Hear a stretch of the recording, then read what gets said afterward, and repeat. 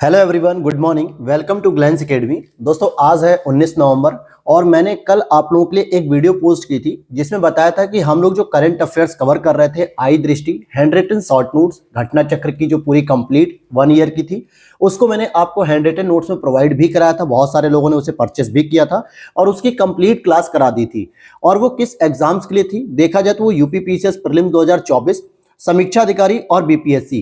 तो अब आपकी दो परीक्षाएं तो हैं और आपकी समीक्षा अधिकारी की परीक्षा तो स्थगित कर दी गई है। तो यूपी पीसीएस तो हो रही है आपकी 22 दिसंबर को और बिहार पीसीएस हो रही है आपकी 13 दिसंबर को। इस दौरान बहुत सारे बच्चों की क्वेरीज थी कि सर हम करंट अफेयर्स को कैसे रिवाइज कर पाएंगे शॉर्ट नोट से भी पढ़ने के बाद। तो इसके लिए ही मैंने एक नया इनिशिएटिव चलाया था कि सभी टॉपिक में जो इंपॉर्टेंट पॉइंट है, इंपॉर्टेंट लाइन है, उनको कवर करते हुए मैं आपको रिवाइज करा दूं। और आपने थंबनेल में भी देख लिया होगा कि आई दृष्टि हैंड रिटन नोट्स के फास्ट रिवीजन हम लोग करेंगे। तो आज हम उसी की शुरुआत कर रहे हैं और आप देखोगे कि किस तरीके से, जैसे यहां पे देखो, ये सारी की सारी जो मैगजीन आप लोगों के पास पहले से ही होगी, ऑलरेडी आपने हमारे व्हाट्सएप टीम से कांटेक्ट करके परचेज भी कर लिया होगा। तो यहां पर क्या है कि हर एक टॉपिक में जो इंपॉर्टेंट पॉइंट है हम केवल उसे डिस्कस करेंगे और एक दूसरे की कनेक्टिविटी के साथ सारे टॉपिक आज हम कंप्लीट कर लेंगे नेशनल करंट अफेयर्स के। और अगर आप लोगों ने ये पीडीएफ को परचेस नहीं किया है तो जिन्होंने एक बार भी इस पीडीएफ को नहीं लिया है वो इस पीडीएफ को 8527594636 इस पर व्हाट्सएप करके आप मेरी टीम से कांटेक्ट करके इस पीडीएफ के बारे में जानकारी ले सकते हैं और उसे परचेस कर सकते हैं। और जिन्होंने पहले से ही परचेस कर रखा है तो प्लीज 2 से 3 दिन का वेट करिएगा। मैं टेलीग्राम पे पोस्ट कर दूंगा इस तरीके की हाईलाइटेड पीडीएफ की अपडेट कर दूंगा कि हाँ, जब ये पूरी पीडीएफ कंप्लीट हो जाएगी, कौन कौन से पॉइंट आपको पढ़ने, उसकी पूरी अंडरलाइन करने के बाद आपको टेलीग्राम पे अपडेट मिलेगी और आप वहीं पर मेरी व्हाट्सएप टीम से पुरानी वाली पीडीएफ जो ये आपने पहले ली होगी विदाउट अंडरलाइन, उसका स्क्रीनशॉट भेज के आप ले सकते हैं। ठीक है दोस्तों, तो चलिए अब हम लोग एक एक टॉपिक को, जो एग्जाम ओरिएंटेड चीजें हैं जो आपको बिल्कुल याद होनी चाहिए, रटी होनी चाहिए, वो पढ़ के जाना है। तो पहला ही टॉपिक आपका हो जाएगा एक राष्ट्र एक चुनाव, यानी one nation and one election के बारे में बात करेंगे। तो यहां पे जो सबसे इंपॉर्टेंट चीज रहेगी, one nation and one election का मतलब क्या हो गया कि लोकसभा के साथ साथ सभी राज्यों की विधानसभाओं का और स्थानीय निकायों का एक साथ चुनाव कराना। अर्थात आपके जितनी लोकसभा का जो चुनाव होता है, जितने स्टेट असेंबली के जो चुनाव होते हैं और स्थानीय लोकल बॉडीज जैसे कि ग्राम पंचायत, नगर निगम, इन सबके जो चुनाव होते हैं, इन सभी के एक साथ कराया जाए। बार बार सरकारें जो है इसमें उलझी ना रहें और जिस वजह से हमारे देश का आर्थिक विकास थोड़ा पीछे हो जाता है। तो यहां पे जो इंपॉर्टेंट पॉइंट है, क्योंकि पूरी मैगजीन हम दोबारा नहीं पढ़ रहे हैं, हम सारे टॉपिक पढ़ेंगे लेकिन एक अलग तरीके से, फास्ट रिवीजन के तरीके से। देखिए 18 सितंबर 2024 की डेट याद रख लेना। ये इसलिए महत्वपूर्ण है क्योंकि इस दिन प्रधानमंत्री मोदी जी की अध्यक्षता में कैबिनेट मीटिंग बैठती है। बहुत सारे प्रस्ताव, चाहे वो राष्ट्रीय घटनाक्रम से हो, अंतर्राष्ट्रीय घटनाक्रम हो, आर्थिक हो, वैज्ञानिक परिदृश्य हो, बहुत सारे घटनाक्रमों को यहाँ पे मंजूरी दी गई थी। तो प्रधानमंत्री जी की अध्यक्षता में एक राष्ट्र एक चुनाव प्रस्ताव को मंजूरी दे दी गई, जिसके तहत कहा गया कि 2 चरणों में हम इलेक्शन को कंप्लीट कराएंगे।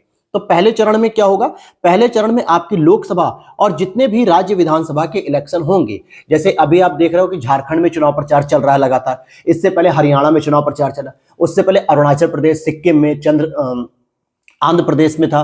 तो इस तरीके से जो स्टेट असेंबली भी होती है, उन सभी के चुनाव एक साथ आयोजित कराए जाएंगे। और जब फर्स्ट चरण के आयोजित हो जाएंगे तो उसके 100 दिन के अंदर ही हम स्थानीय निकायों के भी चुनाव करा लेंगे। कितने दिन के अंदर?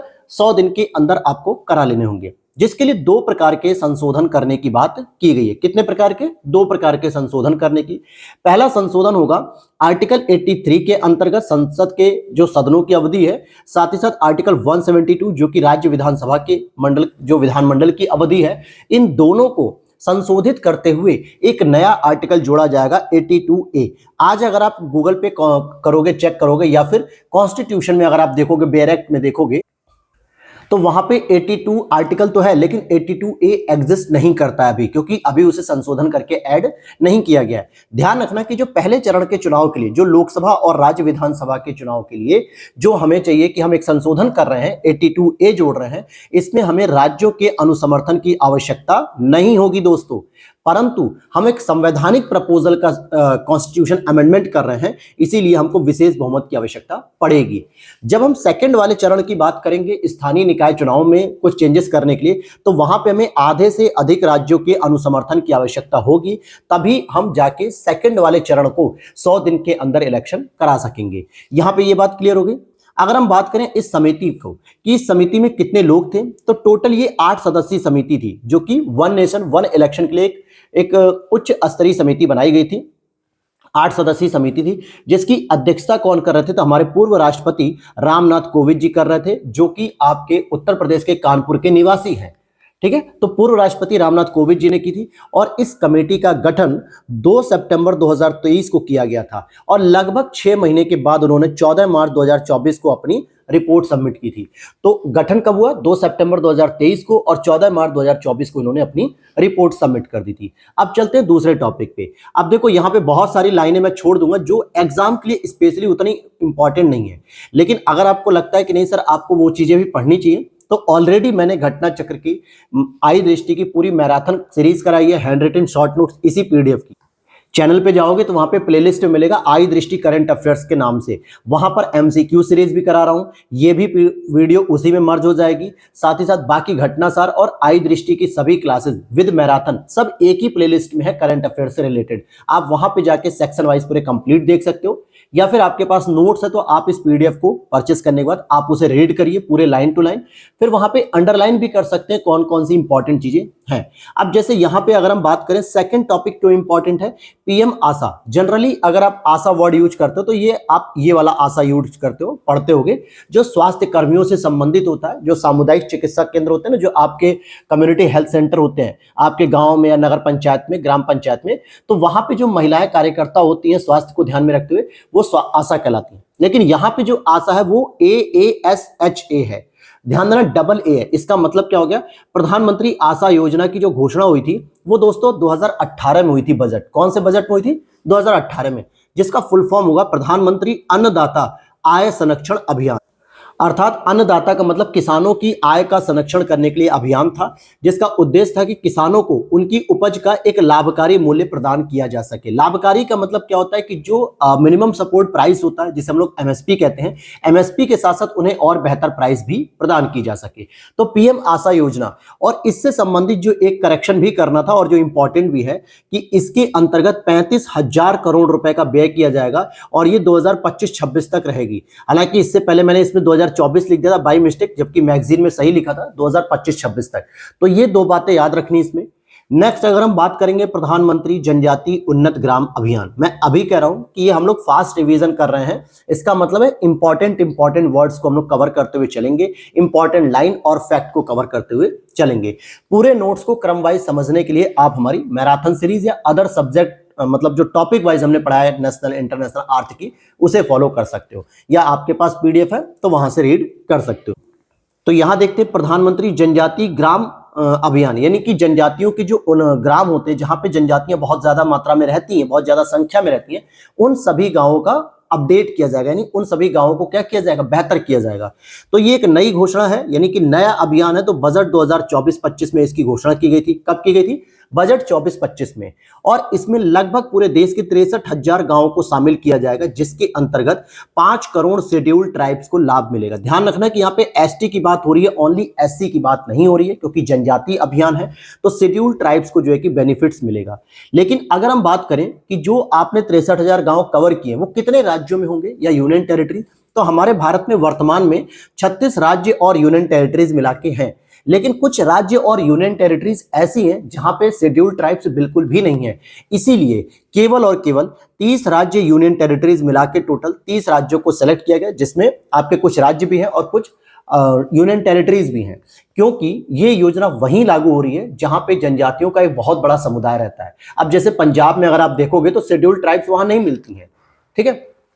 आगे देखोगे 549 जिले टोटल कवर किए जाएंगे, जिसके अंतर्गत 2740 ब्लॉक को इसमें शामिल किया गया है इन 30 राज्यों के अंतर्गत। और यही 549 जिले या 2740 गांव का ब्लॉक कह दें तो इसमें बहुत सारे जो गांव आएंगे वो टोटल लगभग 63,000 गांव रहेंगे।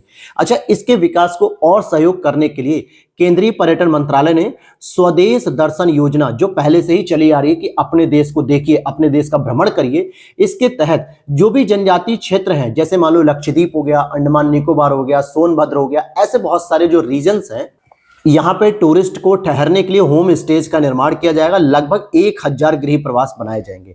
जैसे आप लोग कहीं भी ठहरने जाते हो तो होटल बुक करते हो, ओयो बुक करते हो, जगह जगह जो है कि फैसिलिटीज होती हैं, उसी तरीके से जनजातीय क्षेत्रों में भी केंद्रीय पर्यटन मंत्रालय के द्वारा 1000 होम स्टेज बनाए जाएंगे। यानी कि जो झोपड़ी टाइप का हो सकता है, जो थोड़ा सा यूनिक कल्चर हो सकता है, जिसमें पर्यटन करने आने वाले जो पर्यटक हैं उनको ठहरने की व्यवस्था मिलेगी और साथ ही साथ जनजातीय क्षेत्रों का विकास भी हो सकेगा। तो ये पूरी योजना थी, 2-3 बातें जो मैंने आपको बता दी।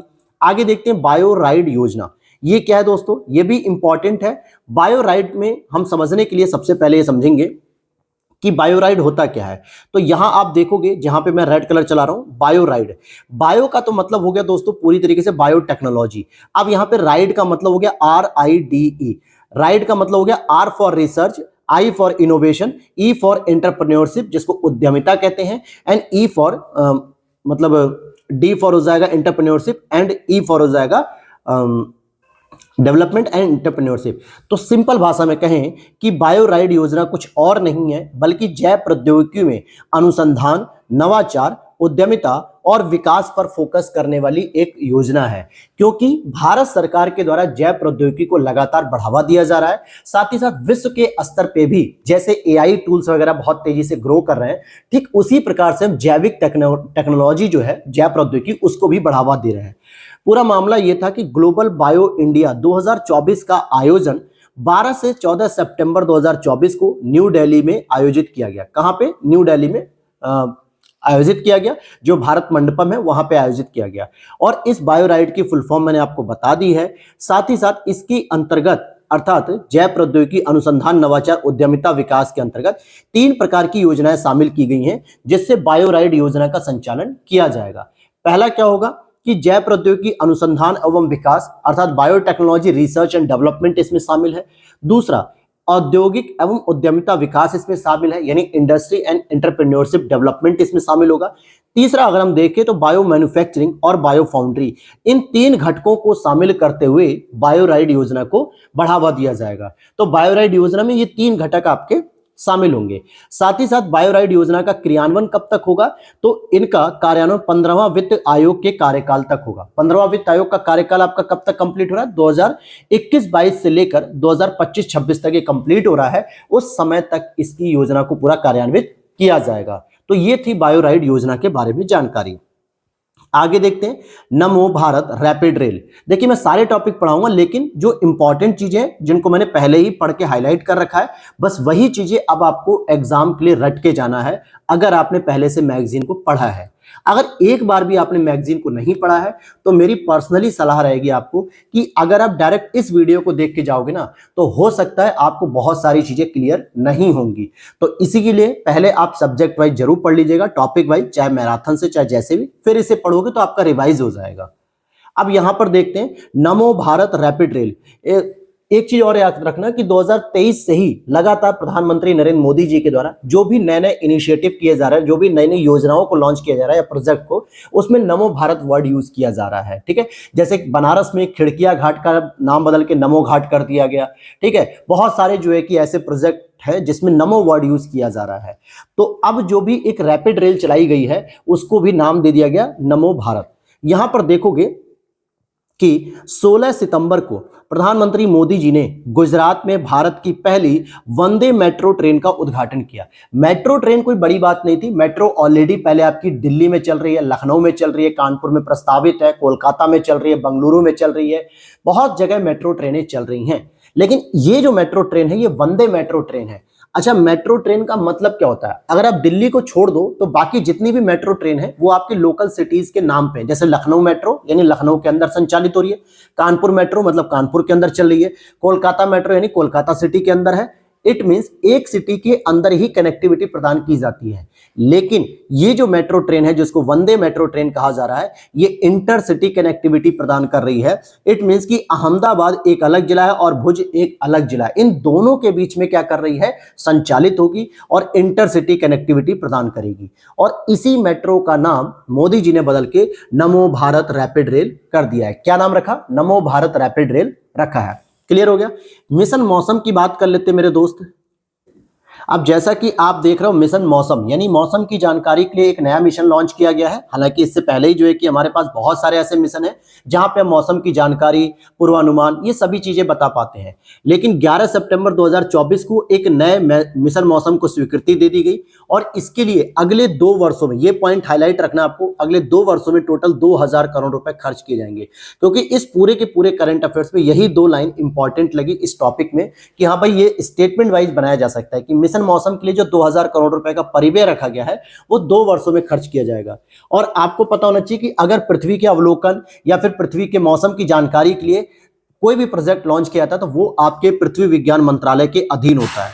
और इस मंत्रालय के अधीन भी 3 इंपॉर्टेंट संस्थान होते हैं जो इसके लिए जिम्मेदार होते हैं, जिसमें आपका एक यूपी में नोएडा में स्थित एक संस्थान भी शामिल होगा। यहां पर देखोगे एक सबसे फेमस संस्थान है पृथ्वी विज्ञान मंत्रालय के अधीन आईएमडी, इंडियन मेट्रोलॉजिकल डिपार्टमेंट, अर्थात भारत मौसम विज्ञान विभाग, एक तो ये शामिल होगा। भारतीय उष्ण देशीय मौसम विज्ञान संस्थान पुणे, दूसरा महाराष्ट्र में जो ये भी शामिल है, और राष्ट्रीय मध्यम अवधि मौसम पूर्वानुमान केंद्र नोएडा यूपी। ये तीनों संस्थान मिशन मौसम को संचालित करने के लिए एकजुट होकर काम करेंगे और 2000 करोड़ रुपए अगले 2 वर्षों में इस पे खर्च किया जाएगा। आगे देखेंगे हम स्वच्छ वायु सर्वेक्षण कार्यक्रम 2024। यहाँ पे हम एयर क्लीन इंडेक्स की बात करेंगे क्योंकि राष्ट्रीय स्वच्छ वायु कार्यक्रम NCAP, national clean air programme को अगर हम कहें तो ये पर्यावरण वन जलवायु परिवर्तन मंत्रालय के द्वारा 2019 में शुरू किया गया था। कब शुरू किया गया था दोस्तों? 2019 में इसे शुरू किया गया। हालांकि इसको 3 श्रेणियों में डिवाइड करके प्रोजेक्ट को मतलब इसमें जो पुरस्कार होते हैं वो दिए जाते हैं। पहली श्रेणी होती है आपकी 10 लाख से अधिक जनसंख्या वाले शहरों की, दूसरी होती है 3 लाख से 10 लाख जनसंख्या वाले शहरों की, और तीसरी होती है आपकी 3 लाख से कम जनसंख्या वाले शहरों की। तो ये 3 कैटेगरी होती है जिसको श्रेणी 1, श्रेणी 2 और श्रेणी 3 के नाम से जाना जाता है। अब यहाँ पे हम बात करेंगे कि इसको लॉन्च कहां पे किया या ये पुरस्कार जो है कि वितरित कहां पे किए गए। तो सामान्यतः 7 सितंबर को जयपुर में, कहां पे? जयपुर में नीले आकाश के लिए स्वच्छ वायु के अंतर्राष्ट्रीय दिवस के अवसर पे से जारी किया गया। कब जारी किया गया? 7 सितंबर जयपुर में जारी किया गया। नीले आकाश के लिए स्वच्छ वायु के अंतर्राष्ट्रीय दिवस के अवसर पर इसको जारी किया गया। अब जब जयपुर में जारी हो रहा है तो जाहिर सी बात है राजस्थान के मुख्यमंत्री जी भी इसमें शामिल होंगे, जो कि कौन है राजस्थान के मुख्यमंत्री? भजन लाल शर्मा जी हैं। और वहां पे केंद्रीय पर्यावरण जलवायु परिवर्तन मंत्रालय के मंत्री भूपेंद्र यादव जी भी शामिल हैं, क्योंकि इसी मंत्रालय के द्वारा नेशनल क्लीन एयर प्रोग्राम 2019 में शुरू किया गया। तो दोनों ही लोग शामिल थे और जिन्होंने कुछ रैंकिंग प्रदान की है। रैंकिंग ये मिली है श्रेणी फर्स्ट। श्रेणी फर्स्ट का मतलब हो गया 10 लाख से अधिक जनसंख्या वाले शहर। तो यहां पे गुजरात का सूरत जो शहर है इसने बहुत अच्छा काम किया है, अपनी एयर क्वालिटी को बहुत इंप्रूव किया है, इसको रैंक 1 मिली है। रैंक सेकंड पे एमपी के जबलपुर है, इसने भी एयर क्वालिटी इंप्रूव बहुत की है, तो इसको रैंक 2 मिली है। लेकिन भारत के मतलब उत्तर प्रदेश का भी एक महत्वपूर्ण शहर है जो रैंक 3 पर आता है, आगरा हो जाएगा रैंक 3। अगर मैं यहीं पर आपको पढ़ाना चाहूं कि रैंक 3 पे अगर आप आगरा को देख रहे हो श्रेणी 1 में, तो रैंक 4 भी हमारे खाते में आई है लखनऊ में, रैंक 5 भी कानपुर के अंतर्गत आई है। तो देखोगे कि अगर आप श्रेणी 1 अर्थात 10 लाख से अधिक जनसंख्या वाले में रैंक 1 सूरत हो गया, रैंक 2 जबलपुर हो गया, rank 3 Agra, rank 4 Lucknow, rank 5 Kanpur हो गया। श्रेणी सेकंड में अगर हम बात करते हैं तो श्रेणी सेकंड का मतलब हो गया 3 लाख से लेकर 10 लाख तक की जनसंख्या, जिसमें रैंक 1 आपके फिरोजाबाद में आता है, उत्तर प्रदेश फिरोजाबाद, जो चूड़ियों के शहर या कांच के सामान के लिए फेमस है आपका। सेकंड आपका अमरावती आएगा, लेकिन ये आंध्र प्रदेश की राजधानी वाला अमरावती नहीं है, बल्कि महाराष्ट्र के अंदर एक छोटा सा शहर है। इसी तरीके से रैंक 3 को अगर हम देखेंगे तो उत्तर प्रदेश का झांसी शहर भी 3 से 10 लाख की जनसंख्या के अंतर्गत रैंक 3 प्राप्त करता है। और अगर आप श्रेणी 3 को देखोगे जहां पे 3 लाख से भी कम जनसंख्या की बात अगर हम करें तो यहां पे आप देखोगे रैंक 1 में आपका रायबरेली आ जाएगा और रैंक 2 में आपका नलगोंडा तेलंगाना में आ जाएगा।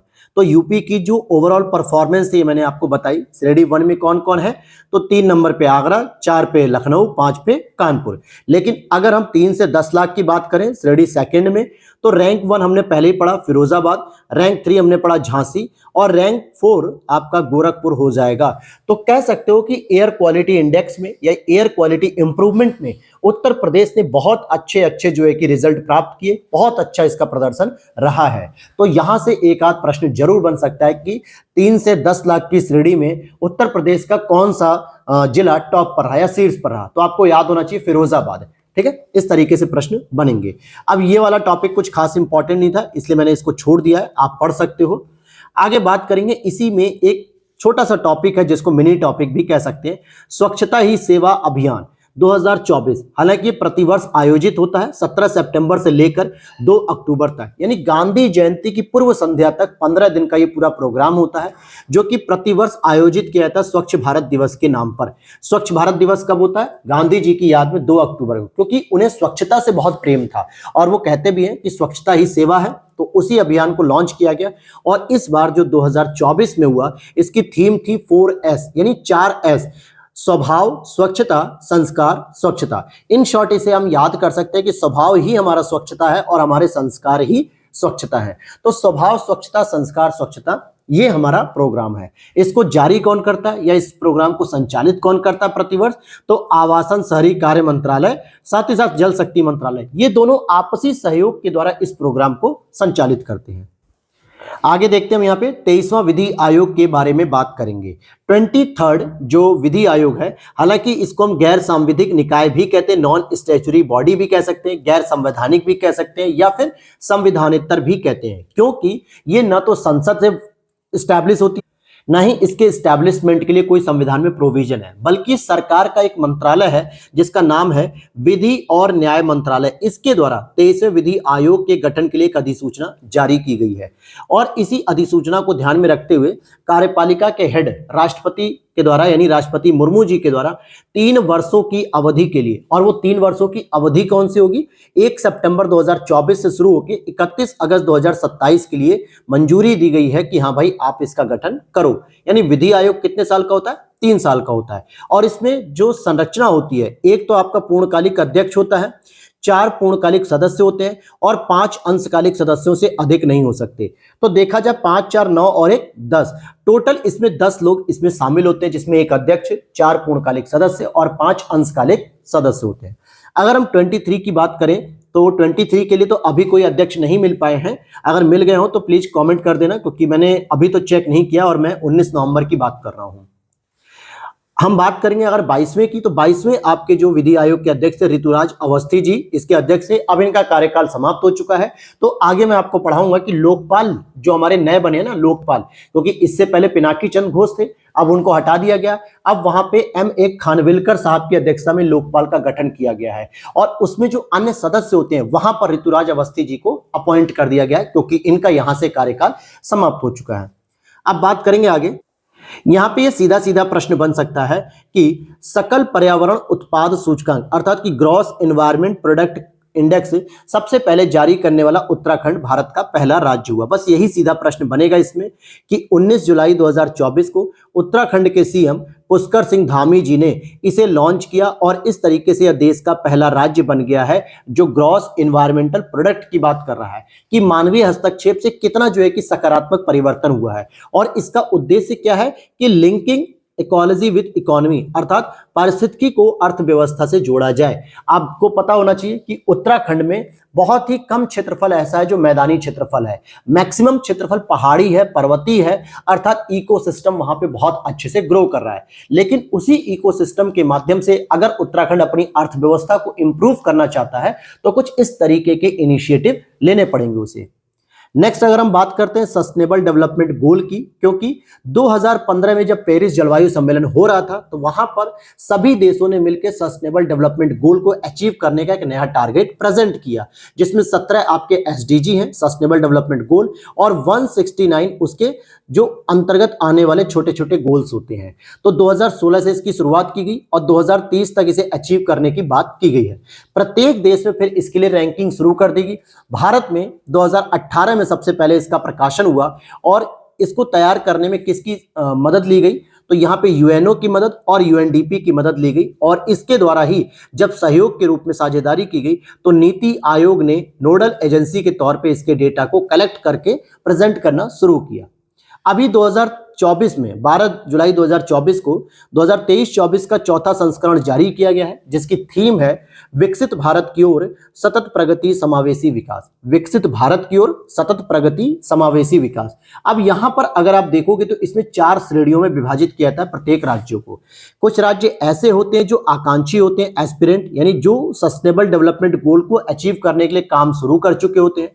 कुछ ऐसे होते हैं जो परफॉर्मर होते हैं, जो लगातार अपना प्रदर्शन अच्छा कर रहे होते हैं। कुछ होते हैं अग्रणी, जो कि फ्रंट रनर होते हैं, अर्थात सस्टेनेबल डेवलपमेंट गोल को अचीव करने के नजदीक आ चुके हैं। और कुछ होते हैं लक्ष्य प्राप्त करता अचीवर। तो इनको ही जो है कि हम रैंकिंग देते हैं। अगर मैं आपको बता दूं कि sustainable development goal index SDG India index में सर्वाधिक जो सुधार किया गया पिछले वर्ष की अपेक्षा, तो हमारा उत्तर प्रदेश टॉप पर है रैंक 1 पे, जिसने सबसे अधिक लगभग 25 स्कोर का सुधार किया है। और सेकंड नंबर पे आपका आता है जम्मू कश्मीर, जिसने 21 अंकों का सुधार लगभग किया है। ध्यान देना कि ये प्रदर्शन में नहीं है, ये बल्कि सुधार में है, अर्थात पिछले वर्ष की अपेक्षा सुधार किस राज्य ने सबसे अच्छा किया। प्रदर्शन की बात करें तो जो सबसे शीर्ष राज्य है, सबसे टॉप मोस्ट राज्य है, वो है आपका रैंक 1 पे संयुक्त रूप से केरल और उत्तराखंड, क्योंकि इन दोनों को जो स्कोर प्राप्त हुआ वो सेम प्राप्त हुआ है और ये रैंक 1 पे है। यानी रैंक 1 और रैंक 2 आपको यूके को भी कह सकते हो, उत्तराखंड को, लेकिन यहाँ पे जो स्कोर प्राप्त हुआ है डिजिट में, वो इनको सेम प्राप्त हुआ है। और यूपी की अगर हम बात करें कि यूपी सस्टेनेबल डेवलपमेंट गोल में पूरे राज्यों के क्रम में कहां पर है, तो रैंक 18 पे है। उत्तर प्रदेश आपका रैंक 18 पे है और रैंक 28 जो कि अंतिम राज्य के रूप में बिहार को स्थान मिला है। ध्यान से समझना कि मैं बात कर रहा हूं उत्तर प्रदेश को ओवरऑल स्टेट में रैंकिंग जो मिली है 18 नंबर पे। अगर हम परफॉर्मेंस की बात करें कि सुधार कितना किया यूपी ने, तो रैंक 1 आती है इसकी, सुधार मामले में 25 अंकों का सुधार किया। अलग अलग हम स्टेट के अगर हम प्रदर्शन की बात करें तो देखिए अब हमारा कोई भी ऐसा स्टेट नहीं है जिसने सस्टेनेबल डेवलपमेंट गोल में कोई भी काम करना शुरू ही नहीं किया है। ऐसा कोई नहीं है, लगभग सभी राज्यों ने, सभी यूनियन टेरिटरीज ने अपने अपने काम करने शुरू कर दिए। तो आकांक्षी तो कोई नहीं है। अच्छे प्रदर्शन की श्रेणी में अगर आप देखोगे तो बिहार पीसेस के लिए ध्यान रखना है कि बिहार परफॉर्मर में आता है। यूपी पीसेस के लिए आपको ध्यान रखना है कि यूपी हमारा अग्रणी में है, जो कि बेहतर माना जाता है। और सर्वाधिक राज्य अब इसी श्रेणी में आ चुके हैं, क्योंकि 2016 से ही ये प्रोग्राम शुरू हुआ, लगभग 8 साल बीत चुके हैं। तो सस्टेनेबल डेवलपमेंट गोल में बहुत सारे राज्यों ने अच्छा प्रदर्शन किया है। लेकिन अगर मैं लक्ष्य प्राप्तकर्ता की बात करूं, यानी कि किसको 100 अंक मिले हैं, तो कोई भी नहीं। अभी तक कोई भी राज्य ये नहीं कह सकता कि हाँ मैंने सारे सस्टेनेबल डेवलपमेंट गोल को बहुत अच्छी तरीके से अचीव कर लिया है। कोई राज्य नहीं कह सकता, क्योंकि हर राज्य में कोई ना कोई कमी होती है। तो केरल और यूके आपके टॉप मोस्ट राज्य हो सकते हैं, लेकिन लक्ष्य प्राप्त करता कोई भी राज्य नहीं है। अब यहाँ पे यूपी की अगर हम एक और पॉइंट को याद रख लें कि यूपी कौन से सस्टेनेबल डेवलपमेंट गोल में रैंक 1 पे है, तो एसडीजी 7, जहां पे सस्ती और स्वच्छ ऊर्जा की बात की जाती है। तो उत्तर प्रदेश और भी अन्य राज्य आते हैं जहां पे ये शीर्ष स्थान अपना रखते हैं। आगे चलते हैं डिजिटल कृषि मिशन। वीडियो अच्छी लग रही है दोस्तों तो लाइक कर देना, चैनल पे पहली बार तो सब्सक्राइब कर लो, क्योंकि इसी तरीके के नए नए इनिशिएटिव आपको मिलते रहेंगे। टेस्ट सीरीज भी मैंने करा रखी है यूपी पीसीएस के लिए। अब दोबारा उन टेस्ट सीरीज को मैं शुरू करने वाला हूं जो मॉक टेस्ट मैं करा रहा था यूथ पब्लिकेशन के, या फिर यूपी पीसीएस के पीवाईक्यूज जो मैं करा रहा था, ये सभी चीजें मैं दोबारा शुरू करने वाला हूं। तो यहां पे आप देखोगे डिजिटल एग्रीकल्चर मिशन, अर्थात डिजिटल कृषि मिशन। देखिए बात क्या थी कि पिछली बार केंद्रीय सरकार का जो बजट आया था 2023-24 में, केंद्र सरकार ने कहा था कि हम भारत में डीपीआई की स्थापना करेंगे। डीपीआई मतलब होता है डिजिटल पब्लिक इंफ्रास्ट्रक्चर, अर्थात जो भी आपकी सार्वजनिक संरचना है, पब्लिक इंफ्रास्ट्रक्चर है, आधारभूत ढांचा है, उसकी सारी रिपोजिटरी, उसका सारा डेटा हम डिजिटल तौर पर तैयार करेंगे। लेकिन पिछले वर्ष से लेकर इस साल तक कोई भी काम नहीं किया गया जब इस क्षेत्र में। तो जब नया बजट लाया गया 2024-25 का, तो केंद्र सरकार ने कहा कि हम राज्यों के साथ साझेदारी करते हुए अगले 3 वर्षों में हम डीपीआई को लागू करेंगे। तो बात हुई कि भाई आप किस सेक्टर का सबसे पहले जो है कि डिजिटल पूरा इंफ्रास्ट्रक्चर तैयार करोगे, तो सबने कहा कि भाई हम एग्रीकल्चर को शुरू करेंगे सबसे पहले। तो यहां पे 2 सितंबर 2024 को केंद्र सरकार के द्वारा डिजिटल एग्रीकल्चर मिशन को मंजूरी दे दी गई और इस पे कुल परिव्यय किया गया 2817 करोड़ रुपए। कितना? 2817 करोड़ रुपए। डिजिटल एग्रीकल्चर मिशन की अगर हम बात करें, अब देखो सारी चीजों को मुझे नहीं पढ़ना, मैंने ऑलरेडी कह दिया कि ये सभी चीजें मैं ऑलरेडी पढ़ा चुका हूं डिटेल से। बार बार उसी चीज को पढ़ाऊंगा तो फिर कोई मतलब नहीं होगा। यहां पे मुझे ये पढ़ाना है कि कम समय में आपका ये रिवीजन कंप्लीट होना चाहिए, ये सबसे इंपॉर्टेंट टारगेट हमारा रहेगा। तो यहां अगर आप देखोगे तो यहाँ पे हम लोग रिवीजन पैटर्न में जो है कि सारी चीजों को पढ़ेंगे। अब इसमें देखो कि डिजिटल एग्रीकल्चर मिशन को लॉन्च करने के लिए या इसको ऑपरेट या संचालित करने के लिए दो प्रकार के स्तंभ चाहिए, यानी कि दो पिलर पे काम करेगा। पहला होगा एग्री स्टैक, दूसरा होगा कृषि निर्णय सहायता प्रणाली, यानी कृषि को करने के लिए डिसीजन जो लेने में मदद करेगा। लेकिन सबसे जो इंपॉर्टेंट वो है आपका एग्री स्टैक। एग्री स्टैक को इन शॉर्ट हम लोग कह सकते हैं फार्मर आईडी या किसान की पहचान, जिसके अंतर्गत तीन महत्वपूर्ण बातें होंगी कि किसान की रजिस्ट्री के बारे में पूरी जानकारी होगी, भू संदर्भित गांवों के नक्शे के बारे में जानकारी होगी, और बोई गई फसल की भी रजिस्ट्री की जाएगी, आपने कौन कौन सी फसल किस किसान ने कितनी बोई है। और एग्री स्टैक के तहत ही हम किसान आईडी या फार्मर आईडी को भी संचालित करेंगे। फार्मर आईडी क्या होती है दोस्तों? एक तरीके से जैसे ये समझिए आपकी डिजिटल पहचान होगी, जैसे आपका आधार कार्ड हो गया, पैन कार्ड हो गया, वोटर आईडी कार्ड हो गया, या फिर सर्विस कार्ड हो गया, जिसे हम पैन नंबर कहते हैं। तो ये सभी चीजें आपकी रहेंगी। इसी तरीके से आपके किसान का भी एक आईडी कार्ड होगा जो कि विश्वसनीय डिजिटल पहचान स्थापित करेगा। लेकिन इसकी जिम्मेदारी केंद्र सरकार ने राज्यों को दे दी है कि ये इसका सृजन भी करेंगे, यानी इसका निर्माण करेंगे और इसका रखरखाव भी करेंगे। राज्य सरकारें और यूनियन टेरिटरीज दोनों अपने अपने क्षेत्रों में इसका सृजन और रखरखाव करेंगी। ध्यान देना, केंद्र सरकार इसमें योगदान नहीं देगी। आगे बात करते हैं कि किसान आईडी जो बनेगी, उस किसान आईडी में उस किसान के लैंड रिकॉर्ड के बारे में सारा डेटा होगा कि उसके पास कितनी जमीन है, उसके पास लाइव स्टॉक कितनी है, यानी पशुधन स्वामित्व कितना, कितनी गाय भैंस भेड़ बकरी घोड़ा पालन जो भी कुछ कर रहा है, ये सभी चीजें, उसकी फसल कितनी है, लाभ की प्राप्ति कितनी है, उसको कौन कौन से सरकार की उसने योजनाओं का लाभ लिया है, चाहे प्रधानमंत्री किसान सम्मान निधि हो या प्रधानमंत्री फसल बीमा योजना हो, अलग अलग योजनाओं की जानकारी भी इसमें रहेगी। अब इसी चीज को संचालित करने के लिए केंद्र सरकार के द्वारा अभी 6 राज्यों में जो है कि पायलट प्रोजेक्ट शुरू किया गया है, जिसमें आपका उत्तर प्रदेश भी आता है। उत्तर प्रदेश के अंतर्गत फर्रुखाबाद को जो है कि नॉमिनेट किया गया है कि आपकी ये जिम्मेदारी है कि आप पहले अपने क्षेत्र में इस काम को शुरू करिए, किसानों की आईडी बनाइए, उनके सारे रिकॉर्ड्स को ऑनलाइन करिए, डिजिटल तौर पर उनके रिकॉर्ड्स को तैयार करिए। और इसी तरीके से गांधीनगर गुजरात में, बीड़ महाराष्ट्र में, यमुनानगर हरियाणा में, फतेहगढ़ साहिब पंजाब में और विरुधुनगर तमिलनाडु में, तो ये अलग अलग 6 राज्यों में एक पायलट प्रोजेक्ट के रूप में शुरू किया जा चुका है।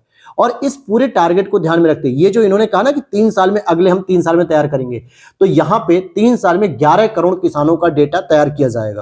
यही इनका रिकॉर्ड रहेगा।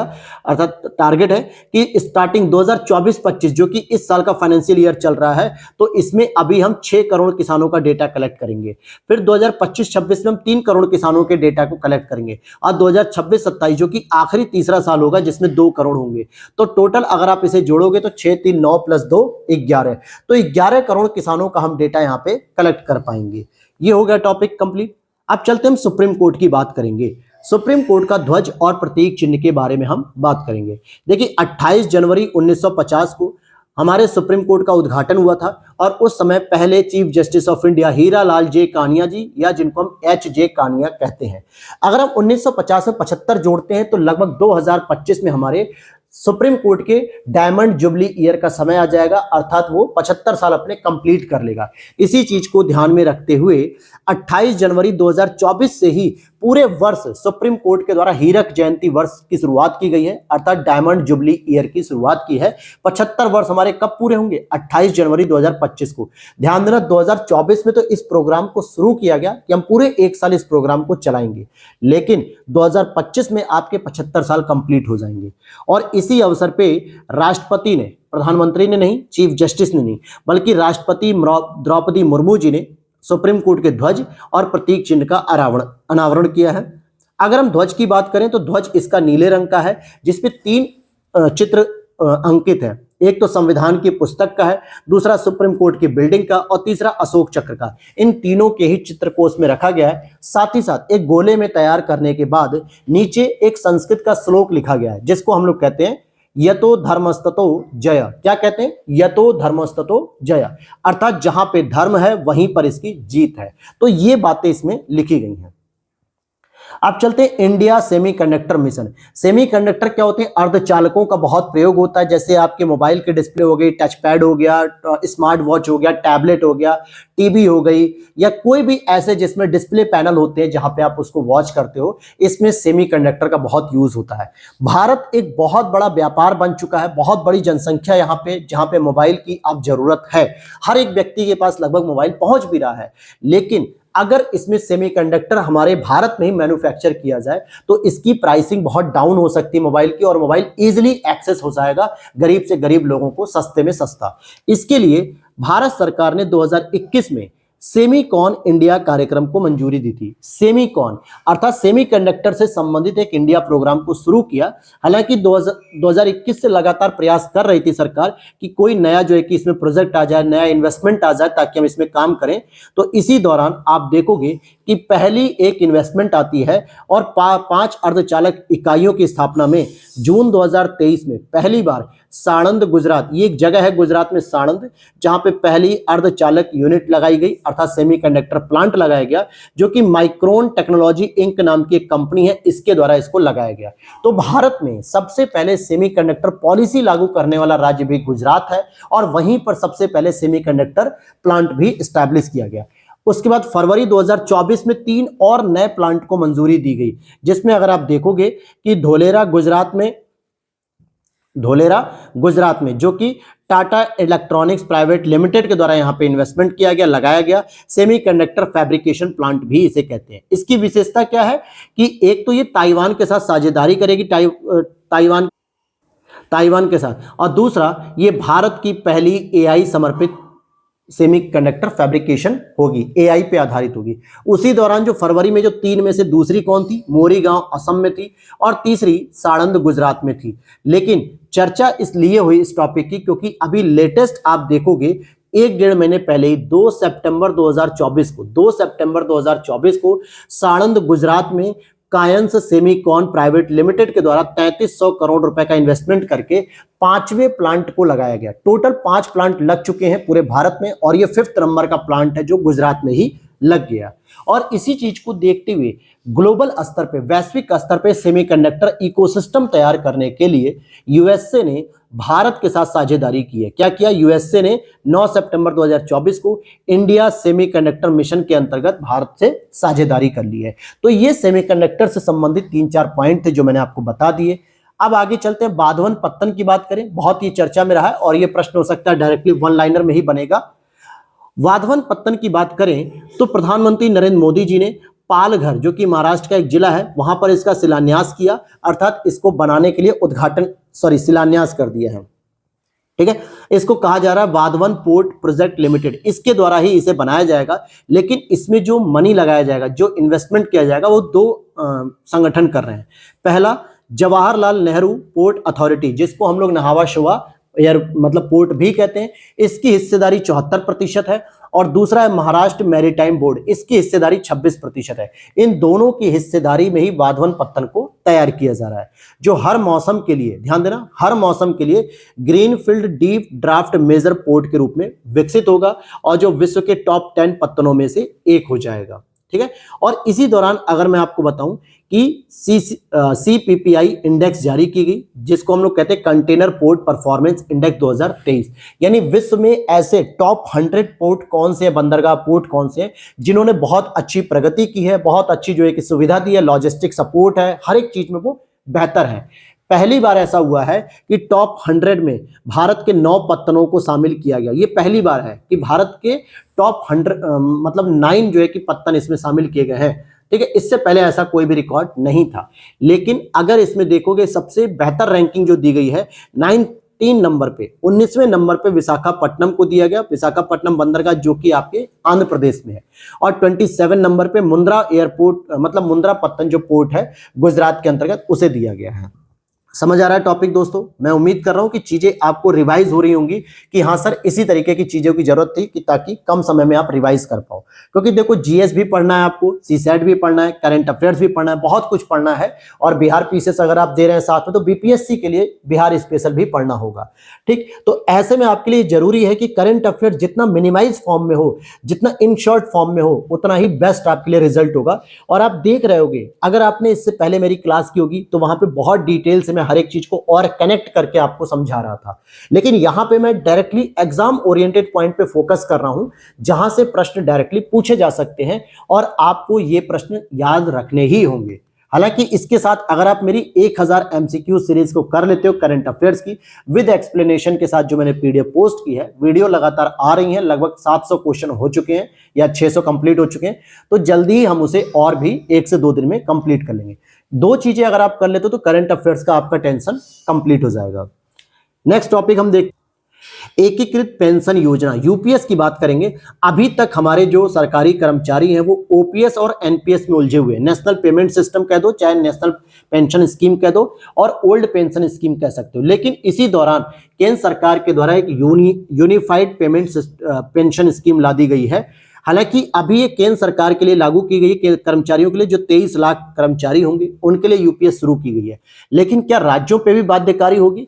तो यहां पे लिखा है कि राज्यों को यूपीएस लागू करने के लिए एक विकल्प दिया गया है, बाध्यकारी नहीं है। किसी भी राज्य को जबरदस्ती नहीं है कि भाई आपको लागू करना ही करना, ऐसा नहीं है। ये राज्यों के ऊपर डिपेंड करता है कि वो अपने राज्य कर्मचारियों को कौन सी सुविधा देते हैं, ओपीएस देंगे, एनपीएस देंगे या फिर यूपीएस देंगे। लेकिन अगर देखा जाए तो एकमात्र ऐसा राज्य मिल चुका है जिसने अपने सभी कर्मचारियों पे यूपीएस लागू करने की बात की है। वो है आपका 25 अगस्त 2024 को यूपीएस लागू करने वाला भारत का पहला राज्य बन चुका है महाराष्ट्र। हालांकि अभी यूपीएस लागू नहीं हुई दोस्तों, ये अगले फाइनेंशियल ईयर में शुरू होगी, क्योंकि हमारा जो फाइनेंशियल ईयर होता है 1 अप्रैल से लेकर 31 मार्च तक का होता है। तो 1 अप्रैल 2025 से यह लागू हो जाएगा, यानी इंप्लीमेंट इसका हो जाएगा। जो भी आपके पैसे कटेंगे योगदान के तौर पर, वो सारे पैसे किस में जाएंगे? यूपीएस में जाने शुरू हो जाएंगे, जिसने इसको ज्वाइन कर लिया होगा केंद्र सरकार के स्तर पे। तो 1 अप्रैल 2025 से लागू होगा। इसमें 3 प्रकार की पेंशन दी जाती है, जिसमें एक होती है आपकी सुनिश्चित पेंशन। सेवानिवृत्ति से पहले अंतिम 12 महीनों की एवरेज बेसिक पे के 50% के रूप में आपको पेंशन मिलेगा। यानी जिस साल आपका रिटायरमेंट है उस समय आपके 12 महीने में अलग अलग जो है कि बेसिक पे होते हैं। हालांकि जो बेसिक पे होते हैं वो साल में 2 ही बार, मतलब जुलाई में चेंज होते हैं, तो 2 अलग अलग कैटेगरी बन जाती है। जनवरी से जुलाई का अलग बेसिक पे होता है और जुलाई से दिसंबर तक का अलग बेसिक पे होता है। इन दोनों को जब टोटल जोड़ा जाएगा, एवरेज पे जो होगा, उस एवरेज बेसिक पे का 50% आपको दे दिया जाएगा पेंशन के रूप में, जिसमें कहा गया कि न्यूनतम अगर आपने 25 वर्षों की सेवा करनी जरूरी है, और अगर आप 25 वर्ष से कम सेवा अवधि करते हो, 23 वर्ष, 22 वर्ष, 20 वर्ष में रिटायर हो जाते हो, तो आपको उसी अनुपात में कम पेंशन भी दी जाएगी। पहली चीज। दूसरा एक है सुनिश्चित न्यूनतम पेंशन। जैसे हमारे बहुत सारे जो सेना के जवान हैं, चाहे वो एयरफोर्स हो, नेवी हो, इन सभी के जो जवान हैं, ठीक है, इंडियन आर्मी के, इन लोगों की नौकरी सामान्यतः क्या होती है, जो जनरल मतलब जीडी होती है, जनरल ड्यूटी, वो 10-12 साल में रिटायर हो जाते हैं। 10 से 12 साल सर्विस कर पाते हैं, ज्यादा सर्विस नहीं दे पाते हैं। तो ऐसे लोगों के लिए भी रखा गया है कि न्यूनतम अगर आपने 10 वर्षों की सेवा दी है अपने देश को, तो आपको सेवानिवृत्त होने पर 10,000 रुपए प्रति माह आपको पेंशन दी जाएगी। क्लियर? इसमें इस चीज को याद रखना है कि योगदान की बात करें, अभी जो आप एनपीएस देख रहे हो दोस्तों, एनपीएस में केंद्र सरकार के द्वारा 14% का योगदान किया जा रहा है, यानी कि सरकारों के द्वारा। लेकिन यहां पे और कर्मचारी का योगदान पहले भी 10% था, अभी भी 10% है। अब बढ़ा के कितना कर दिया गया? केंद्र सरकार का योगदान 18.5% कर दिया गया है। ठीक है? और इसी दौरान एनपीएस वात्सल्य को भी शुरू किया गया। एनपीएस वात्सल्य क्या है? एनपीएस वात्सल्य जो कि बजट 2024-25 में शुरू किया गया अवयस्क बच्चों के लिए, जो माइनर्स होते हैं। वात्सल्य का मतलब ही यही होता है। और यहाँ पे अगर आप देखोगे तो लिखा हुआ है कि 18 साल से कम आयु के सभी पात्र प्रतिवर्ष जो है न्यूनतम 1,000 रुपए डोनेट कर सकते हैं। मैक्सिमम की कोई लिमिट नहीं है। लेकिन जैसे वो वयस्क होंगे, यानी 18 साल उनकी एज कंप्लीट हो जाएगी, तो उनकी जो वात्सल्य एनपीएस है वो सामान्य एनपीएस खाते में कन्वर्ट हो जाएगी। ठीक है? आगे चलते हैं, एनआईसीडीपी की बात करते हैं। देखो एनआईसीडीपी होता क्या है? National industrial corridor development programme, अर्थात ये भारत का औद्योगिक गलियारा विकास कार्यक्रम है, जो कि एक आधारभूत संरचना को डेवलप करता है, जिसमें लॉजिस्टिक सपोर्ट हो गया, सड़क परिवहन हो गया, और भी बहुत सारे ऐसे परिवहन सिस्टम हो गए, फिर बिजली, जल, उद्योग, इन सभी को ध्यान में रखते हुए औद्योगिक गलियारे का विकास किया जा रहा है। और इन औद्योगिक गलियारों में बहुत सारे शहर ऐसे हैं जो इंडस्ट्री के लिए बहुत अच्छे हैं, जहां पे उद्योगों का विकास किया जा सकता है। अगर मैं आपको बताऊं कि इसकी शुरुआत एनआईसीडीपी की 2020 में की गई थी, जिसके अंतर्गत 11 औद्योगिक गलियारों को स्वीकृति दी गई थी। और उन औद्योगिक गलियारों में बहुत सारे शहर आते हैं, जिसमें वर्तमान में 12 शहरों को नॉमिनेट किया गया, जिसमें अभी 11 शहर थे। हालांकि अब एक शहर जो बच गया था, हरियाणा चुनाव की वजह से नहीं अनाउंस किया गया था, अब उसकी भी अनाउंसमेंट कर दी गई है। तो यहां पे आपको देखना कि इन 12 शहरों में यूपी के कौन से हैं और बिहार के, तो आगरा और प्रयागराज को एक औद्योगिक शहर के रूप में डेवलप किया जाएगा राष्ट्रीय औद्योगिक गलियारा विकास कार्यक्रम के अंतर्गत। तो उत्तर प्रदेश से कौन से 2 शहर हुए, आगरा और प्रयागराज। और बिहार से अगर आप देखोगे तो गया हो जाएगा, गया को भी इसमें इंडस्ट्रियल कॉरिडोर में डेवलप किया जाएगा। क्लियर है बात। यहां पे आप देख सकते हो कि जो एनआईसीडीपी 11 औद्योगिक गलियारे हैं, इसमें सबसे पुराना जो औद्योगिक गलियारा है वो दिल्ली मुंबई औद्योगिक गलियारे हैं। अब इस दिल्ली मुंबई औद्योगिक गलियारे में अगर आप देखोगे तो दिल्ली से निकलने पे आपको एमपी भी मिलेगा, राजस्थान भी मिलेगा, गुजरात भी मिलेगा, महाराष्ट्र मिलेगा। इस दौरान बहुत सारे छोटे छोटे और बहुत महत्वपूर्ण शहर होते हैं जिनको इंडस्ट्रियल सिटी के रूप में कन्वर्ट करना होता है। तो ठीक इसी तरीके से 12 नए औद्योगिक शहरों का नाम आए, जिसमें आगरा और प्रयागराज हमारे यूपी के हैं। साथ ही साथ विकसित ग्रीनफील्ड स्मार्ट शहर भी बनाए जा रहे हैं, जिसमें धोलेरा विशेष निवेश क्षेत्र गुजरात में है, औरंगाबाद औद्योगिक नाम से ही पता चल रहा है महाराष्ट्र में, एकीकृत औद्योगिक टाउनशिप नोएडा में और एकीकृत औद्योगिक टाउनशिप महाराष्ट्र एमपी में। तो ये भी इसके साथ डेवलप किए जाएंगे। अब आ जाइए एनआईआरएफ की बात करें, national institutional ranking framework, India rankings. ये मैंने कल ही आपको पढ़ाया था शाम में करंट अफेयर्स में। अगर हम बात करें तो इसको जारी करने वाला जो मंत्रालय वो शिक्षा मंत्रालय है। एनआईआरएफ मतलब नेशनल इंस्टीट्यूशनल रैंकिंग फ्रेमवर्क, जिसकी पहली बार रैंकिंग 2016 में शुरू की गई थी, अप्रैल 2016 में जारी की गई थी। इसका जो उद्देश्य होता है दोस्तों वो बस इतना ही है कि जो भारत के जो उच्च शिक्षण संस्थान है, जो यूनिवर्सिटीज हैं, उनकी रैंकिंग को जारी करना कि कौन से संस्थान अच्छा परफॉर्म कर रहे हैं, कौन से नहीं। तो देखा जाए 12 अगस्त 2024 को एनआईआरएफ रैंकिंग 2024 को जारी किया गया। हालांकि इसमें पहले 5 श्रेणियां शामिल थी, केवल 5 श्रेणियों में दिया जाता था। अब इसकी श्रेणियों को बढ़ा के 8 कर दिया गया, क्योंकि इसमें 3 नई श्रेणियों को ऐड किया गया, जिसमें राज्य सार्वजनिक विश्वविद्यालय होगा, जिसमें अन्ना विश्वविद्यालय को मिला चेन्नई का, मुक्त विश्वविद्यालय की एक रैंकिंग जिसमें इग्नू न्यू दिल्ली यूनिवर्सिटी को मिला, और एक कौशल विश्वविद्यालय ने स्किल यूनिवर्सिटी। ये 3 नई श्रेणियां और ऐड की गई, जबकि इससे पहले 5 श्रेणियों में मिलता था। तो टोटल 8 श्रेणियां हो गई। उसी में एक इंपॉर्टेंट श्रेणी आती जिसको हम लोग ओवरऑल श्रेणी बोलते हैं, समग्र श्रेणी के नाम से, कि कौन सा ऐसा इंस्टीट्यूट या यूनिवर्सिटी है जो सभी श्रेणियों में प्रथम नंबर पर रहा।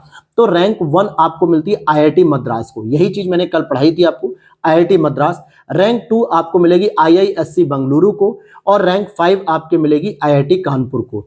तो ये हो गई ओवरऑल रैंकिंग। लेकिन अगर हम अलग अलग कैटेगरी वाइज रैंकिंग की बात करें तो यूनिवर्सिटी के नाम पे आप देखोगे सबसे बेस्ट यूनिवर्सिटी पूरे भारत की आईआईएससी बेंगलुरु को दिया गया। कॉलेज श्रेणी को देखें तो हिंदू कॉलेज न्यू दिल्ली को दिया गया है। आपको पता होना चाहिए कि जो 11 तारीख को समीक्षा अधिकारी का पेपर हुआ था, 11 फरवरी को, उसमें इस प्रश्न को पूछा गया था और वहां पर कॉलेज श्रेणी को पूछा गया था, जिसमें मिरांडा हाउस नाम था। लेकिन अब हिंदू कॉलेज आपको याद रखना है। जो 3 नई श्रेणियां हैं, जैसे ओपन यूनिवर्सिटी, तो इसमें इग्नू दिल्ली वाले को मिला है। स्किल यूनिवर्सिटी में symbiosis skills and professional university Pune Maharashtra को मिला है। और राज्य सार्वजनिक श्रेणी में अन्ना विश्वविद्यालय चेन्नई को तमिलनाडु के अंतर्गत दिया गया है। तो ये नई श्रेणियों में भी आपको याद रख लेना है।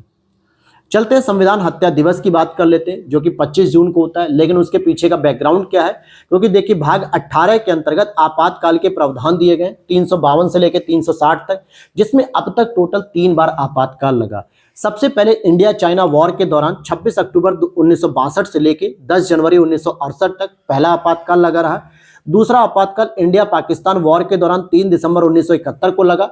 और दूसरा आपातकाल अभी समाप्त भी नहीं हुआ था कि आंतरिक अशांति के नाम पर इंदिरा गांधी सरकार के द्वारा 25 जून 1975 को तीसरा आपातकाल लगा दिया गया। अर्थात एक आपातकाल पहले से लगा हुआ है, फिर दूसरा भी लग गया उस पर। और दोनों ही आपातकाल यानी 1971 वाला और 1975 वाले दोनों आपातकाल आपके मार्च 1977 को कंप्लीट हुआ है। ठीक है, उस समय जो है कि इसको खत्म किया गया। देखा जाए तो जो तीसरा आपातकाल था 25 जून 1975, ये आंतरिक कारण की वजह से था, न कि कोई बाहरी युद्ध की वजह से। हम दूसरे देशों को तो नहीं रोक सकते युद्ध की स्थिति में लाने से, लेकिन अपनी आंतरिक क्षमता को तो रोक सकते हैं। और इसी दिन इंदिरा गांधी जी ने संविधान की हत्या कर दी, ऐसा वर्तमान सरकार का आरोप है।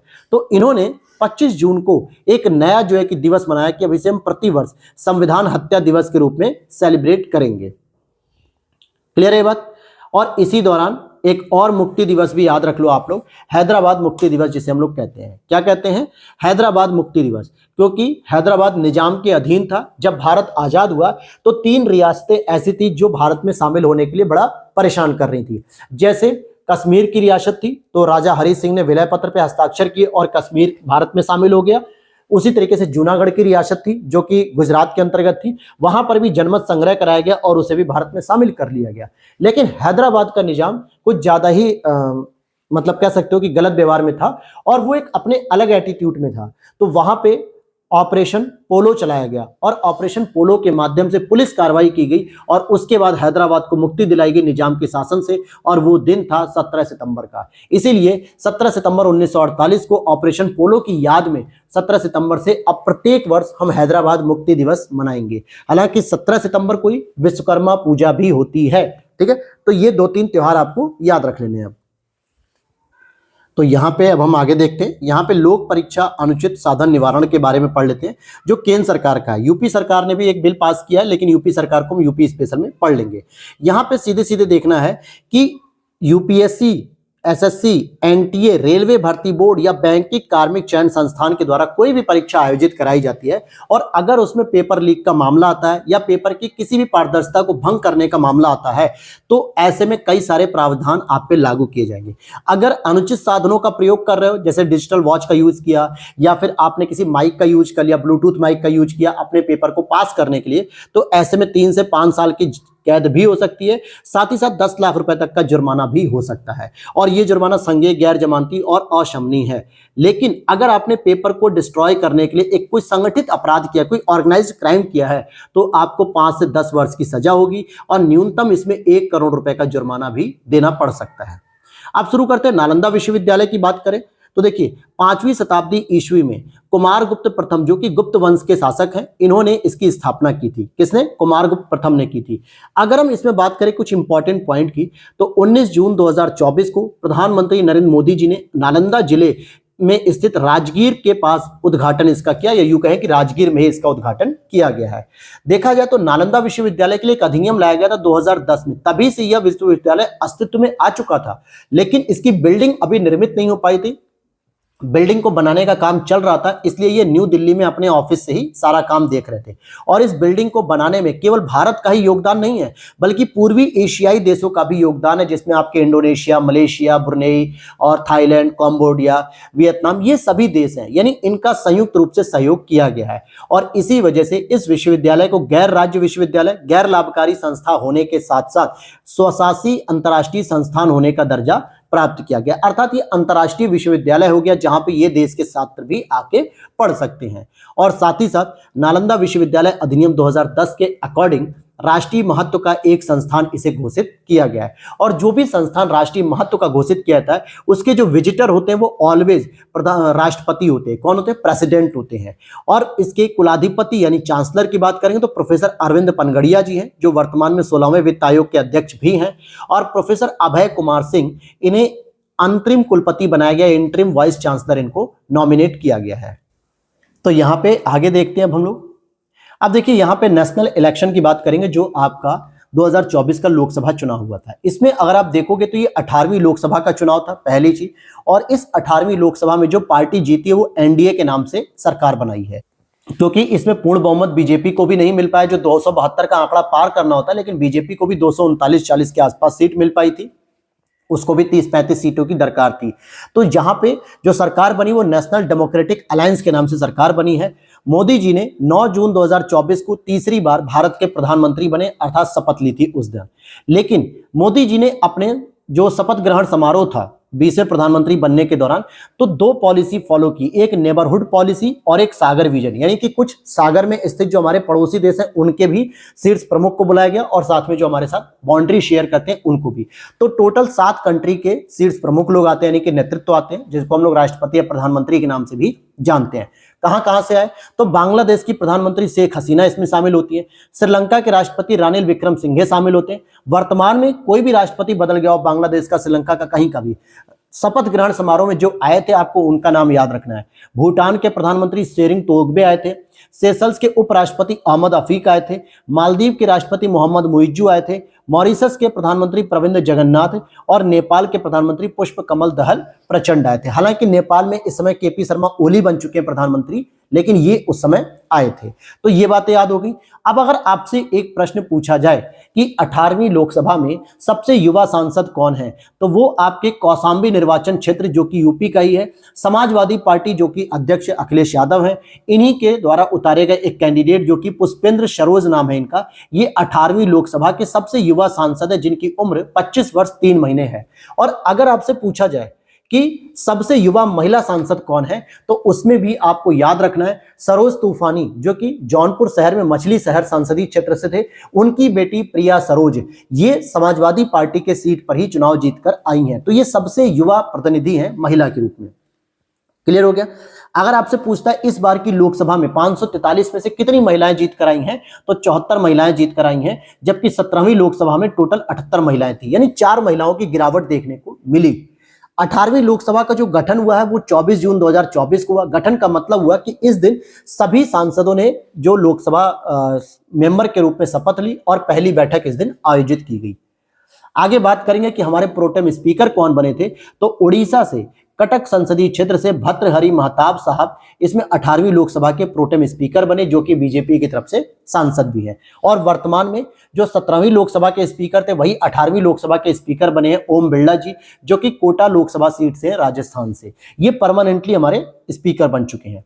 और इसी दौरान 4 अन्य राज्यों में भी आपके इलेक्शन हुए थे, जिसमें आपको आंध्र प्रदेश, ओडिशा, सिक्किम, अरुणाचल प्रदेश, ये 4 प्रदेश और थे जहां पर इस दौरान इलेक्शन भी आयोजित हुए।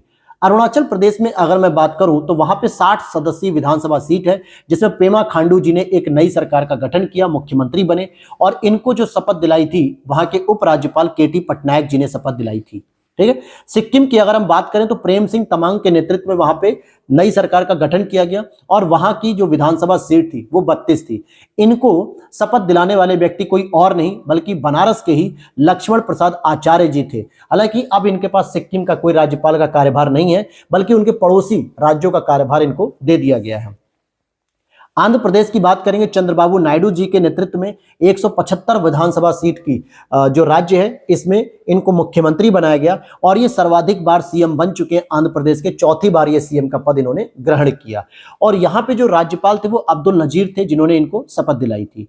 इसके बाद अगर हम देखते हैं ओडिशा में 24 सालों तक बीजू जनता दल का शासन था और अब वहां पे ये शासन समाप्त हो चुका है। अब बीजेपी की नई सरकार बनी है, मोहन चरण मांझी वहां के मुख्यमंत्री बने हैं और इनको जो राज्यपाल थे जिन्होंने शपथ दिलाई थी उनका नाम है रघुबर दास। ठीक है। और यहाँ की जो विधानसभा सीट है वो कितनी दोस्तों, 147। तो 175 आपने याद की आंध्र प्रदेश की, अरुणाचल प्रदेश की 60, सिक्किम की 32 और ओडिशा की 147। तो ये विधानसभा सीटें भी आपको याद होनी चाहिए।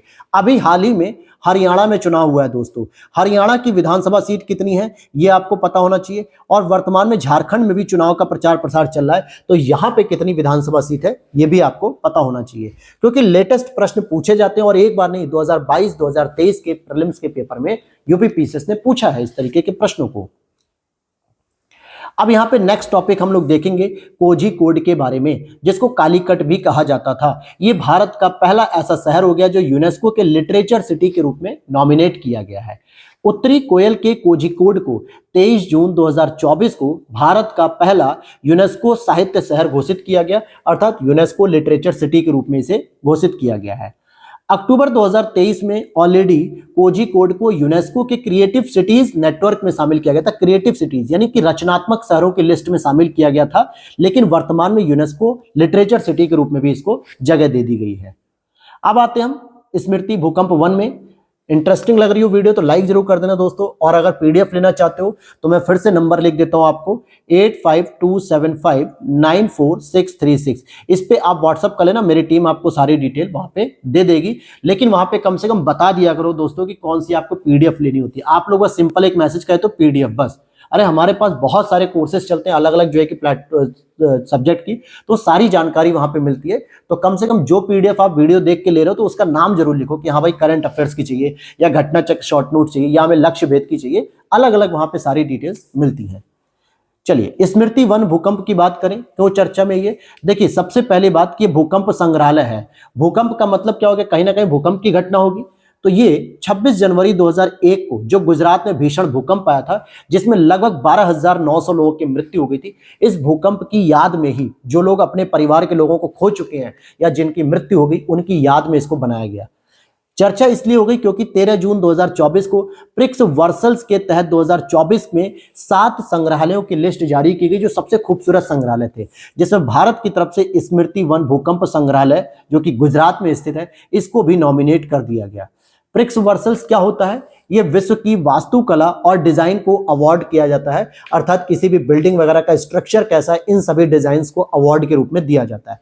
पहली बार ऐसा था कि भारत का कोई संग्रहालय, पहला संग्रहालय हुआ जो इसमें शॉर्ट लिस्टेड हुआ और विजय हो गया, यानी कि जीत गया। तो यहां देखोगे इस संग्रहालय के बारे में कि 28 अगस्त 2022 को ही प्रधानमंत्री नरेंद्र मोदी जी ने इसका उद्घाटन किया था कि हाँ भाई, ये हमारे जो भूकंप में मरे हुए लोग हैं उनकी याद में इसको बनाया गया है, और इसको इस बार नॉमिनेट भी कर दिया गया।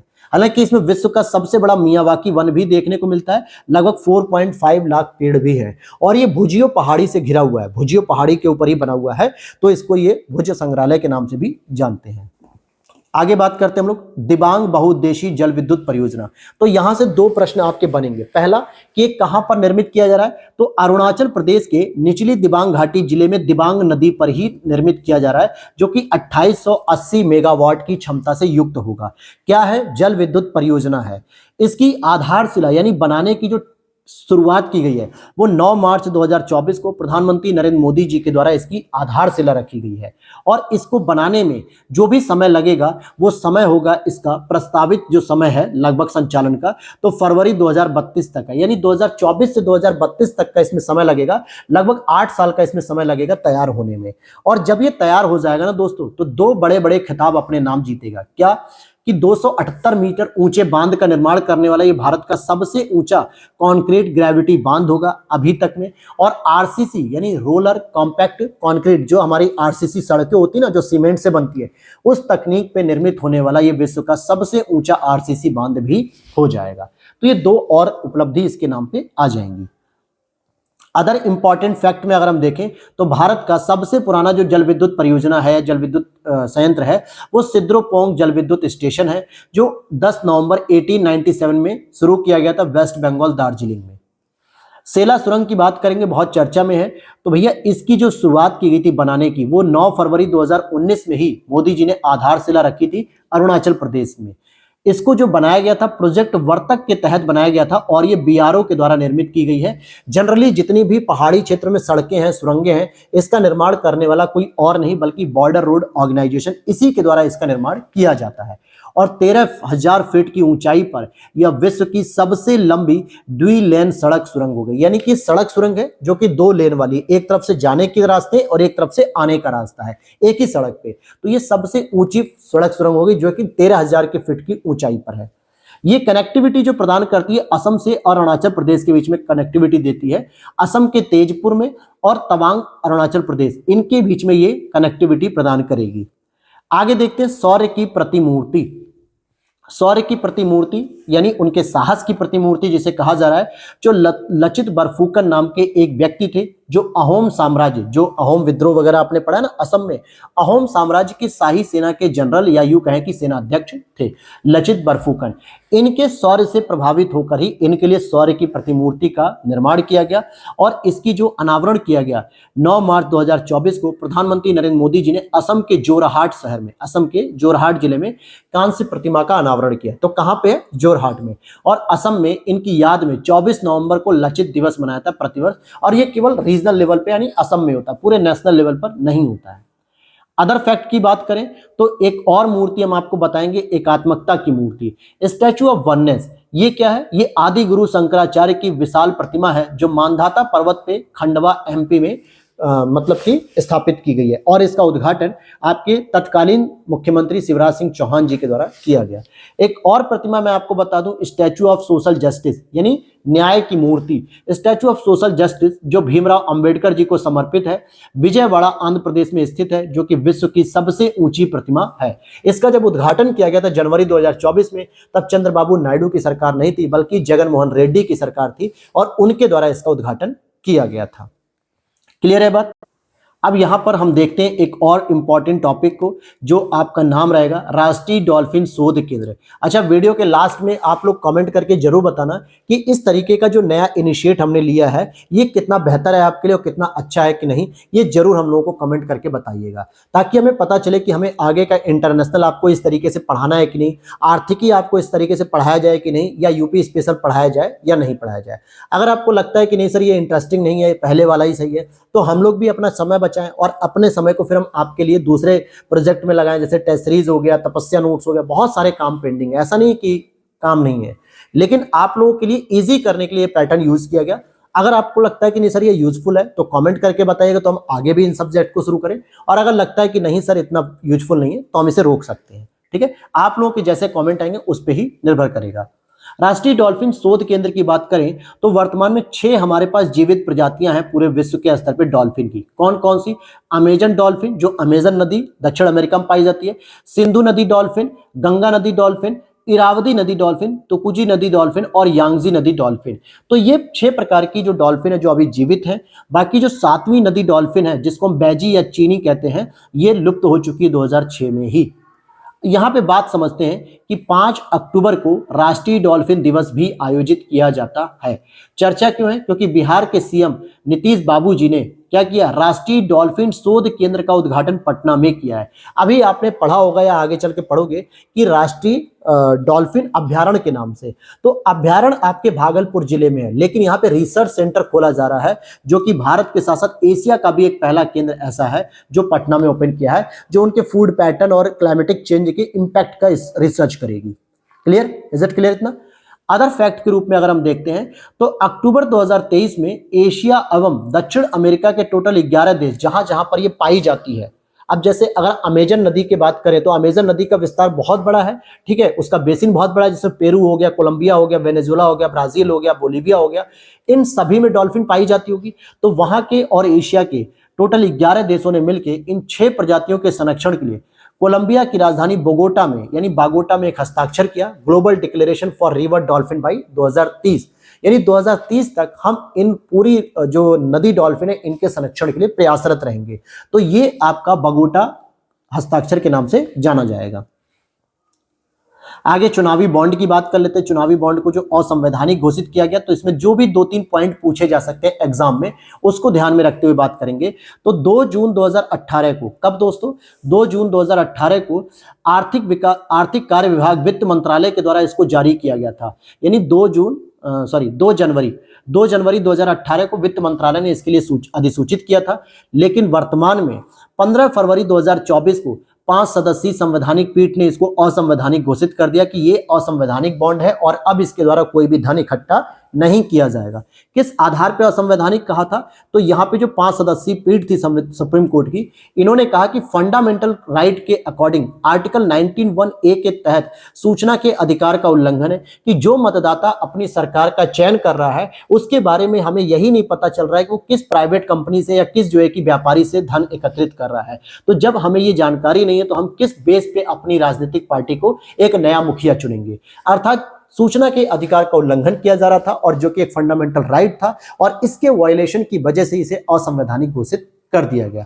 जारीकर्ता एकमात्र बैंक है एसबीआई। पूरे भारत में केवल एसबीआई था जो इस असंवैधानिक बॉन्ड को जारी कर रहा था। और अगर हम इसके बारे में और बातें करें तो ये एक प्रॉमिसरी नोट है, यानी एक वचन पत्र है जिसमें मैं वचन देता हूं कि हाँ ये जो मैंने पैसा लिया है जो बॉन्ड के रूप में, ये इस राजनीतिक पार्टी को ही दिया जाएगा। कौन कौन व्यक्ति खरीद सकता है? तो भारत का नागरिक खरीद सकता है। भारत में निगमित या स्थापित कॉर्पोरेट निकाय के द्वारा भी खरीदा जा सकता है। बेचेगा कौन? एकमात्र बैंक है जिसका नाम है एसबीआई। क्लियर होगी? और अगर हम बात करें तो ये 5 अलग अलग वैल्यू में दिया जाता था, जैसे 1000, 1000, 10,000, 1 लाख, 10 लाख और 1 करोड़ की कैटेगरी में दिया जाता था। साथ ही साथ ये पूरी तरीके से अप्रतिदेय है, यानी एक बार अगर आपने बैंक से खरीद लिया किसी राजनीतिक पार्टी के लिए और बाद में आपका मन बदल गया कि नहीं मुझे ये बेचना है, वापस करना है, तो बैंक उसे वापस नहीं करेगी। अर्थात ये नॉन रिफंडेबल है। और एक बार अगर ये जारी कर दिया गया किसी पार्टी के नाम से, किसी के नाम से भी, तो 15 दिन तक ही वैलिड रहेगा। 15 दिन के अंदर अगर सामने वाले व्यक्ति ने आपके फंड को रिलीज नहीं किया, यानी कि अपने पास नहीं मंगाया, तो सारा पैसा बैंक में जमा हो जाएगा। अब यहां पर एक और बात देखनी है कि ये कौन कौन से ऐसे राजनीतिक दल हैं जो इस चुनावी बॉन्ड के माध्यम से चंदा ले सकते हैं। ऐसा नहीं कि कोई भी व्यक्ति आए और राजनीतिक दल बनाए और ब्लैक मनी को व्हाइट मनी कन्वर्ट कर दे, ऐसा नहीं है। दो बातें ध्यान रखना, पहली चीज की जो पंजीकृत होना चाहिए, मतलब कि आरपीए एक्ट 1951 के तहत वो राजनीतिक दल पंजीकृत भी होना चाहिए। दूसरी बात, पिछले आम चुनाव में चाहे वो लोकसभा का हो चाहे राज्य विधानसभा का, न्यूनतम उन्हें 1% मत जरूर प्राप्त हुए हो, भले उन्होंने कोई भी सीट नहीं जीती हो लेकिन 1% मत उन्हें जरूर प्राप्त हुए हो, और राजनीतिक दल ही चुनावी बॉन्ड को प्राप्त करने के पात्र हैं ऐसे वाले। अब चलते हैं पीएम सूर्य घर मुफ्त बिजली योजना की बात करेंगे। तो इसको बताने से पहले मैं आपको बता दूं कि अंतर्राष्ट्रीय नवीकरणीय ऊर्जा एजेंसी के अनुसार भारत का जो स्थान है वो कौन कौन से क्षेत्र में है। तो अगर आप देखोगे नवीकरणीय ऊर्जा स्थापित क्षमता, यानी कि नवीकरणीय ऊर्जा को स्थापित करने की जो भारत के पास क्षमता 4th नंबर पे है दुनिया में। पवन ऊर्जा को स्थापित करने की क्षमता 4th नंबर पे है। सौर ऊर्जा को स्थापित करने की क्षमता 5 नंबर पे है। अब आपके दिमाग में आ रहा होगा कि सर हमने तो पढ़ा था सौर ऊर्जा के उत्पादन में इंडिया 3rd नंबर पे, जापान को पीछे करते हुए। तो हम प्रोडक्शन की बात नहीं कर रहे हैं, यहाँ पे क्षमता की बात कर रहे हैं कि भारत के पास इतनी क्षमता है पूरे विश्व में कि 5वें नंबर पे आता है, लेकिन उत्पादन के मामले में 3रे नंबर पे आ चुका है। तो इसी चीजों को ध्यान में रखते हुए 13 फरवरी 2024 को प्रधानमंत्री नरेंद्र मोदी जी के द्वारा पीएम सूर्य घर मुफ्त बिजली योजना को लॉन्च किया गया, या इसकी मंजूरी दे दी गई थी। ठीक है, 13 फरवरी 2024 को।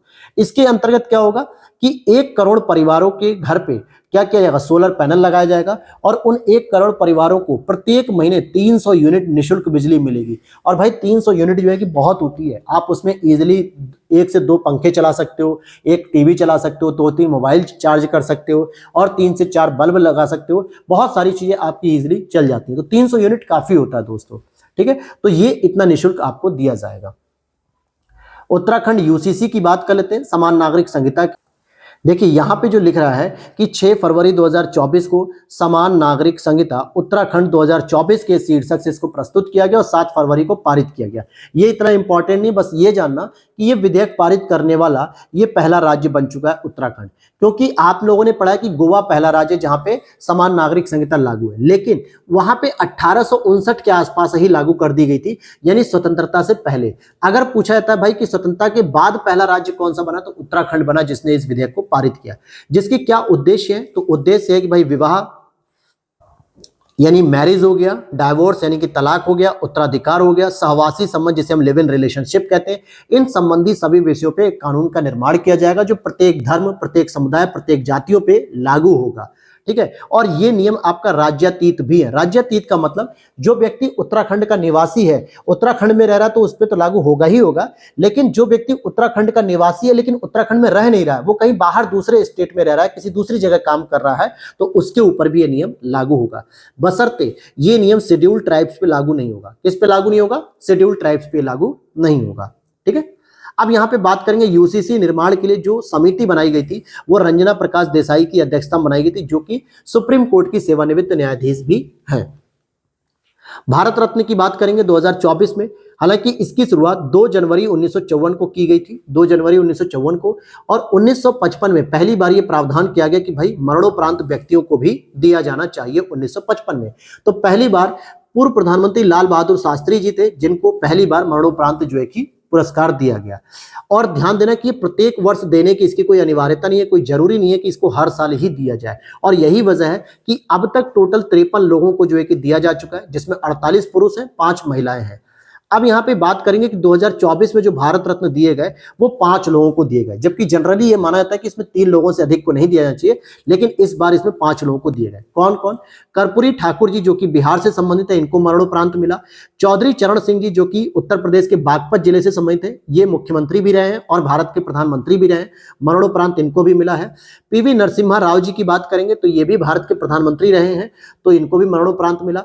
एमएस स्वामीनाथन जी, ये किसी राजनीतिक पार्टी से संबंधित नहीं थे, लेकिन ये हरित क्रांति के भारत में जनक है और सितंबर 2023 में इनकी मृत्यु हो गई थी, निधन हो गया, तो इनको भी मरणोपरांत दिया गया है। क्लियर? लाल कृष्ण आडवाणी जी जो कि बीजेपी के वरिष्ठ नेता रह चुके हैं और अभी भी जीवित हैं, तो इनको भी दिया गया है। तो देखा जाए 5 लोगों में से 4 लोग मरणोपरांत हैं और 1 व्यक्ति अभी जीवित है जिनको ये दिया गया है। क्लियर हो गई बात? चलिए, एम एस स्वामीनाथन जी के बारे में कुछ जानकारी यहाँ पे कलेक्ट कर लो कि हरित क्रांति के जनक थे, क्योंकि समीक्षा अधिकारी में डायरेक्ट इनके प्रश्न को पूछ लिया गया था किस महीने में इनकी मृत्यु हुई थी, क्रम वाइज लगाने को आया था। रेमन मैग्सेसे पुरस्कार भी इन्हें 1971 में मिला। विश्व कृषि पुरस्कार, जो कि पहला विश्व कृषि पुरस्कार 2018 में मिला। अल्बर्ट आइंस्टीन अवार्ड 1986 में मिला और प्रथम विश्व खाद्य पुरस्कार 1987 में इनको दिया गया है। तो टोटल ये इनको पुरस्कार दिए गए। राम मंदिर प्राण प्रतिष्ठा की बात करेंगे, भगवान श्री राम के बारे में बात करेंगे।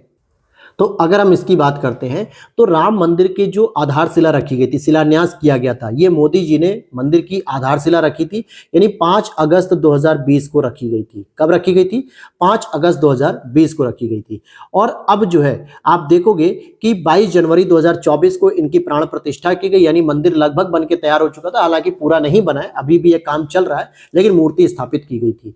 यहाँ पे जो इंपॉर्टेंट बात है कि जो मूर्ति निर्मित की गई है वो कर्नाटक, यानी जो प्रतिमा निर्माण है कर्नाटक के लगभग 2.5 अरब वर्ष पुराने कृष्ण शिला पत्थर, याद रखना इस तरीके से, क्योंकि काले ग्रेनाइट तो सबको याद हो चुका फोटो में देख देख के, लेकिन उसका जो नाम है वो याद रखना है, कृष्ण शिला पत्थर के नाम से उसे जाना जाता है। ठीक है, इस पत्थर से निर्मित किया गया, जो कि 2.5 अरब वर्ष पुराना ये पत्थर है। एक और इंपॉर्टेंट चीज मैं भी आपको बताऊंगा, हालांकि इस मूर्ति का जो आधार है वो कमल के फूल का आधार है, क्योंकि जनरली जो मूर्तियां स्टैब्लिश की जाती है तो नीचे सपाट पत्थर पे की जाती है, चिकने पत्थर पे, लेकिन इसको कमल के आधार जैसा एक फूल बनाया, फूल बनाया गया, उसमें खड़ा किया गया। और इस मूर्तिकार जो थे, इस मूर्ति को बनाने वाले वो कर्नाटक के अरुण योगी राज थे, और इनका अभी हाल ही में निधन भी हो चुका है। तो इससे संबंधित प्रश्न बन सकता है कि अरुण योगी राज ने कौन सी प्रतिमा का मतलब कि निर्माण किया, तो ये भी बन सकता है। मंदिर की विशेषता की बात करें, आर्ट एंड कल्चर को अगर हम ध्यान में रखते हुए बात करें तो नागर शैली में, क्योंकि उत्तर भारत के जितने भी मंदिर बनते हैं वो सामान्यतः नागर शैली में बनाए जाते हैं। और ये मंदिर 3 मंजिला मंदिर होगा, जिसमें 5 महत्वपूर्ण मंडप होंगे, नित्य मंडप, रंग मंडप, सभा मंडप, प्रार्थना मंडप, कीर्तन मंडप, ये 5 अलग अलग मंडप भी होंगे। और आपने पढ़ा होगा कि इस मंदिर के चारों ओर आयताकार परकोटा होगा। परकोटा मतलब क्या होता है कि मंदिर को सुरक्षित रखने के लिए चारों तरफ से एक बाउंड्री वॉल कर दी जाती है, जिससे बाहर के लोग जो है कि जो अवांछनीय लोग हैं, मतलब कि जैसे जानवर वगैरह हो गए या कोई भी ऐसा व्यक्ति जो गलत तरीके जैसे शराब वगैरह पी के आ रहा है तो मंदिर में प्रवेश नहीं करेगा। तो ऐसी स्थिति को रोकने के लिए आयताकार परकोटा बनाया जाता है। आगे चलते हैं यहाँ पे, अब हम एक और टॉपिक पे। तो ये हमारा टॉपिक है अटल बिहारी वाजपेयी जी शिवड़ी नहावा सोवा अटल सेतु। ये कोई और नहीं है बल्कि शहरी परिवहन को मजबूत करने के लिए MTHL Mumbai trans harbour link का निर्माण किया गया, जिसकी आधारशिला दिसंबर 2016 में रखी गई थी, और इसी का नया नामकरण कर दिया गया अटल बिहारी वाजपेयी जी के नाम पर। इसकी जो कुल लंबाई वो आपकी लंबाई 21.8 किलोमीटर लंबी है, जिसमें समुद्र के ऊपर लगभग 16.5 किलोमीटर और भूमि के ऊपर लगभग 5.5 किलोमीटर है। और ये जो कनेक्टिविटी दे रहा है मुंबई को नवी मुंबई से दे रहा है, किसको? मुंबई को नवी मुंबई से दे रहा है। और ये भारत का सबसे लंबा समुद्री सेतु हो जाएगा, यानी भारत का सबसे लंबा समुद्री पुल हो जाएगा। आगे बात करते हैं बोइंग सुकन्या कार्यक्रम। बोइंग क्या है? एक एयरक्राफ्ट की कंपनी है, यानी एविएशन क्षेत्र से संबंधित हो गया। 19 जनवरी 2024 को यह प्रोग्राम लॉन्च किया गया मोदी जी के द्वारा, बोइंग सुकन्या कार्यक्रम।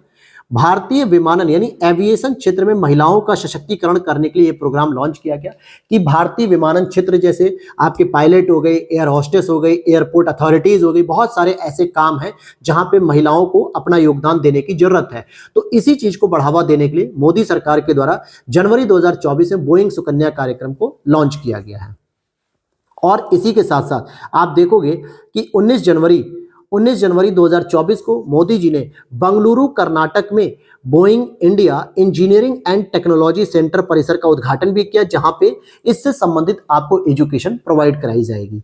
और अगर हम बात करें इसी में एयरक्राफ्ट से संबंधित, तो तुमकुरु कर्नाटक में ही हिंदुस्तान एरोनॉटिक्स लिमिटेड हेलीकॉप्टर विनिर्माण संयंत्र को राष्ट्र को समर्पित कर दिया। इस कंपनी के द्वारा यह बनाया गया एशिया का सबसे बड़ा हेलीकॉप्टर विनिर्माण सुविधा यानी कि सबसे बड़ा प्लांट है तुमकुरु कर्नाटक में, और यह राष्ट्र को समर्पित किया गया है। स्वाति पोर्टल की बात कर लेते हैं। स्वाति पोर्टल सीधे सीधे एक प्रश्न बनेगा कि किससे संबंधित है, तो महिलाओं के सशक्तिकरण से संबंधित है और विज्ञान में इनकी रुचि और भूमिका को बढ़ाने के लिए है। तो यहां पे अगर आप देखते हो कि 11 फरवरी 2024 को विज्ञान में महिलाओं एवं बालिकाओं का अंतर्राष्ट्रीय दिवस के अवसर पे नई दिल्ली में INSA Indian national science academy में स्वाति पोर्टल को लॉन्च किया गया।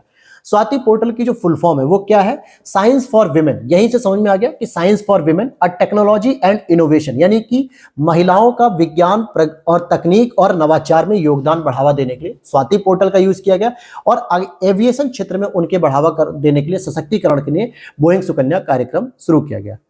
नेक्स्ट अगर हम देखते हैं रिजर्वेशन की बात करेंगे, नारी शक्ति वंदन अधिनियम 2023 की बात करें तो 128वां संवैधानिक संशोधन बिल था, ये बिल था, ठीक है, विधेयक। लेकिन जब ये पारित हो गया दोनों सदनों से, राष्ट्रपति की मोहर लग गई, तो ये 106 यानी 106 संवैधानिक संशोधन अधिनियम बन चुका है, एक्ट बन चुका है, जिसके तहत लोकसभा, सभी राज्य विधानसभा और एकमात्र दिल्ली यूनियन टेरिटरीज में विधानसभा में 33% महिलाओं को आरक्षण देने की बात की गई है। तो ध्यान देना, यूनियन टेरिटरीज में आपकी पुदुचेरी में भी विधानसभा है, जम्मू कश्मीर में भी है, लेकिन दिल्ली को ही केवल इसमें शामिल किया गया, बाकी और किसी को नहीं शामिल किया गया।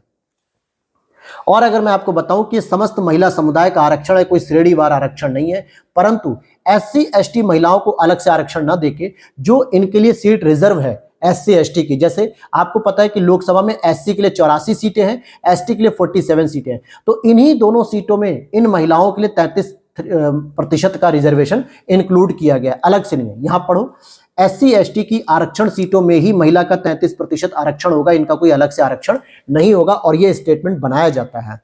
यह आरक्षण सामान्यतः 15 वर्षों के लिए रहेगा, उसके बाद समीक्षा की जाएगी कि क्या अब महिला सशक्तिकरण संपूर्ण हो चुका है, अगर नहीं हुआ है तो उसे हम और आगे बढ़ाएं, जो कि नई जनगणना और नई परिसीमन आयोग के बाद ही लागू होगा। लेकिन इस चीज को चेंज करने के लिए 3 अलग अलग प्रावधान जोड़े गए हैं, article number 330A, article number 332A और आर्टिकल नंबर 334A। ये 3 नए संवैधानिक संशोधन करके नए आर्टिकल को एड ऑन किया गया है। स्वच्छ सर्वेक्षण की बात करेंगे, अभी हमने पढ़ा था स्वच्छ वायु सर्वेक्षण, जिसमें आपके सूरत, जबलपुर, आगरा, ठीक है, ये सब बड़े बड़े शहरों का नाम आया था। लेकिन यहाँ पे हम स्वच्छता की बात करेंगे तो 11 जनवरी 2024 को राष्ट्रपति द्रौपदी मुर्मू जी ने इसको जारी किया और 4477 यानी कि 4477 शहरों का इसमें आकलन किया गया। सामान्यतः इसमें ओवरऑल रैंकिंग 1 लाख से अधिक जनसंख्या वाले शहरों को दी गई थी। तो रैंक 1 में आप देखोगे इंदौर और सूरत संयुक्त रूप से इनको मिला है, जबकि इंदौर को 7वीं बार यह अवार्ड मिल चुका है। तो समझ में आ गया, इंदौर और सूरत। जबकि मैंने पहले ही बताया कि अगर आपके यहाँ स्वच्छता का कार्यक्रम अच्छा चल रहा है तो जाहिर सी बात है आपके यहाँ की एयर क्वालिटी भी अच्छी इंप्रूव करेगी, तो इसीलिए सूरत को रैंक 1 मिल गई थी एयर क्वालिटी इंडेक्स में। हालांकि यहाँ पर भी इसको संयुक्त रूप से ये स्थिति मिली। रैंक 14 की बात करेंगे तो इसमें नोएडा यूपी का जो है कि आता है स्वच्छता कार्यक्रम में टॉप में।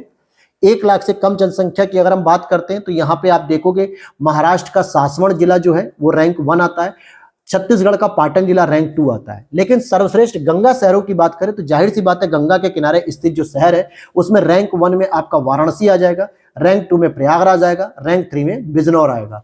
और राज्य के प्रदर्शन की बात करें तो रैंक 1 में महाराष्ट्र, रैंक 2 में MP और रैंक 9 आपको मिलती है यूपी को। ठीक है, ये राज्यों का प्रदर्शन हो गया। और इसी दौरान स्वच्छ भारत मिशन एक गीत का लोकार्पण भी किया गया जिसका नाम है नया संकल्प है नया प्रकल्प है, और इसके जो गायक हैं वो कैलाश खेर जी है। कौन है? कैलाश खेर है। PM जनमन क्या है दोस्तों? अगर आपको पता होगा या याद नहीं है तो मैं बता दूं कि बजट 2023-24 पिछले वर्ष प्रधानमंत्री PVTG, ये PVTG होना चाहिए, यानी कि पर्टिकुलर वल्नरेबल ट्राइबल ग्रुप्स, इस विकास मिशन को प्रारंभ किया गया था, जिसमें अगले 3 वर्षों में 15,000 करोड़ रुपए की धनराशि इन क्षेत्रों में खर्च करनी थी। और इसी क्षेत्र को, इसी योजना को व्यवहारिक स्तर पर लागू करने के लिए 15 नवंबर 2023 को जनजातीय गौरव दिवस, जो कि बिरसा मुंडा की याद में रखा गया है, जनजातीय गौरव दिवस के अवसर पर खूंटी जिला झारखंड से प्रधानमंत्री जनजातीय आदिवासी न्याय महाअभियान अर्थात PM जनमन की शुरुआत कर दी गई है। किसकी शुरुआत की गई? PM जनमन की।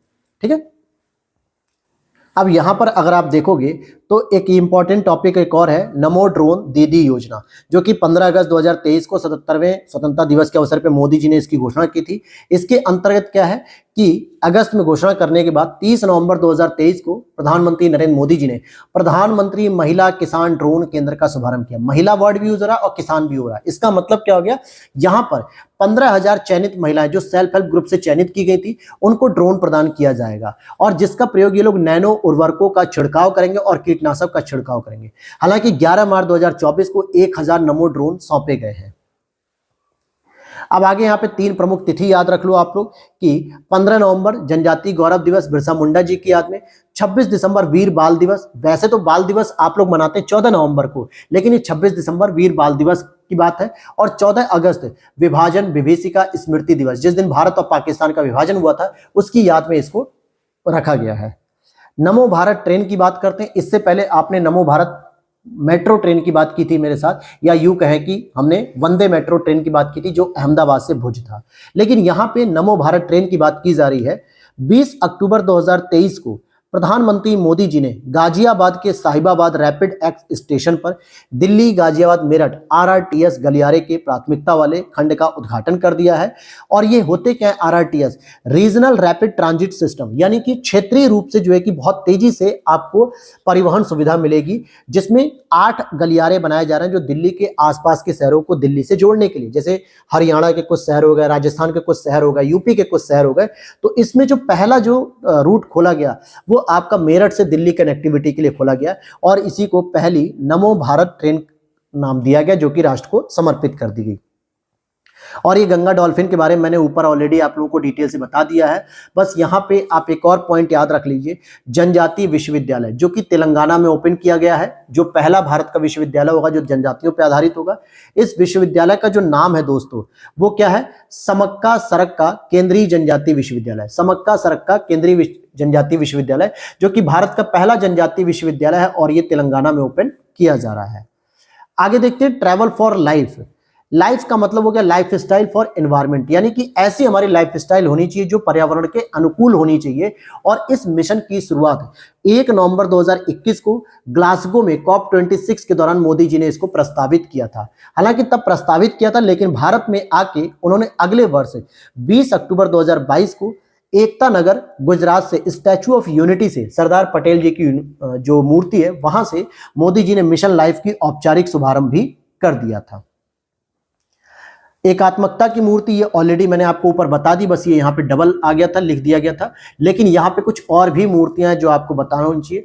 जैसे स्टैचू ऑफ यूनिटी की बात करेंगे तो गुजरात में सरदार पटेल जी को समर्पित है, तिरुवल्लुर प्रतिमा तमिलनाडु में है, गोमदेश्वर प्रतिमा कर्नाटक में है, भगवान मुरुगन प्रतिमा तमिलनाडु में है, स्टैचू ऑफ इक्वालिटी यानी कि समानता की जो मूर्ति है भीमराव अंबेडकर जी को समर्पित है, ये यूएसए में इसका निर्माण किया जा रहा है।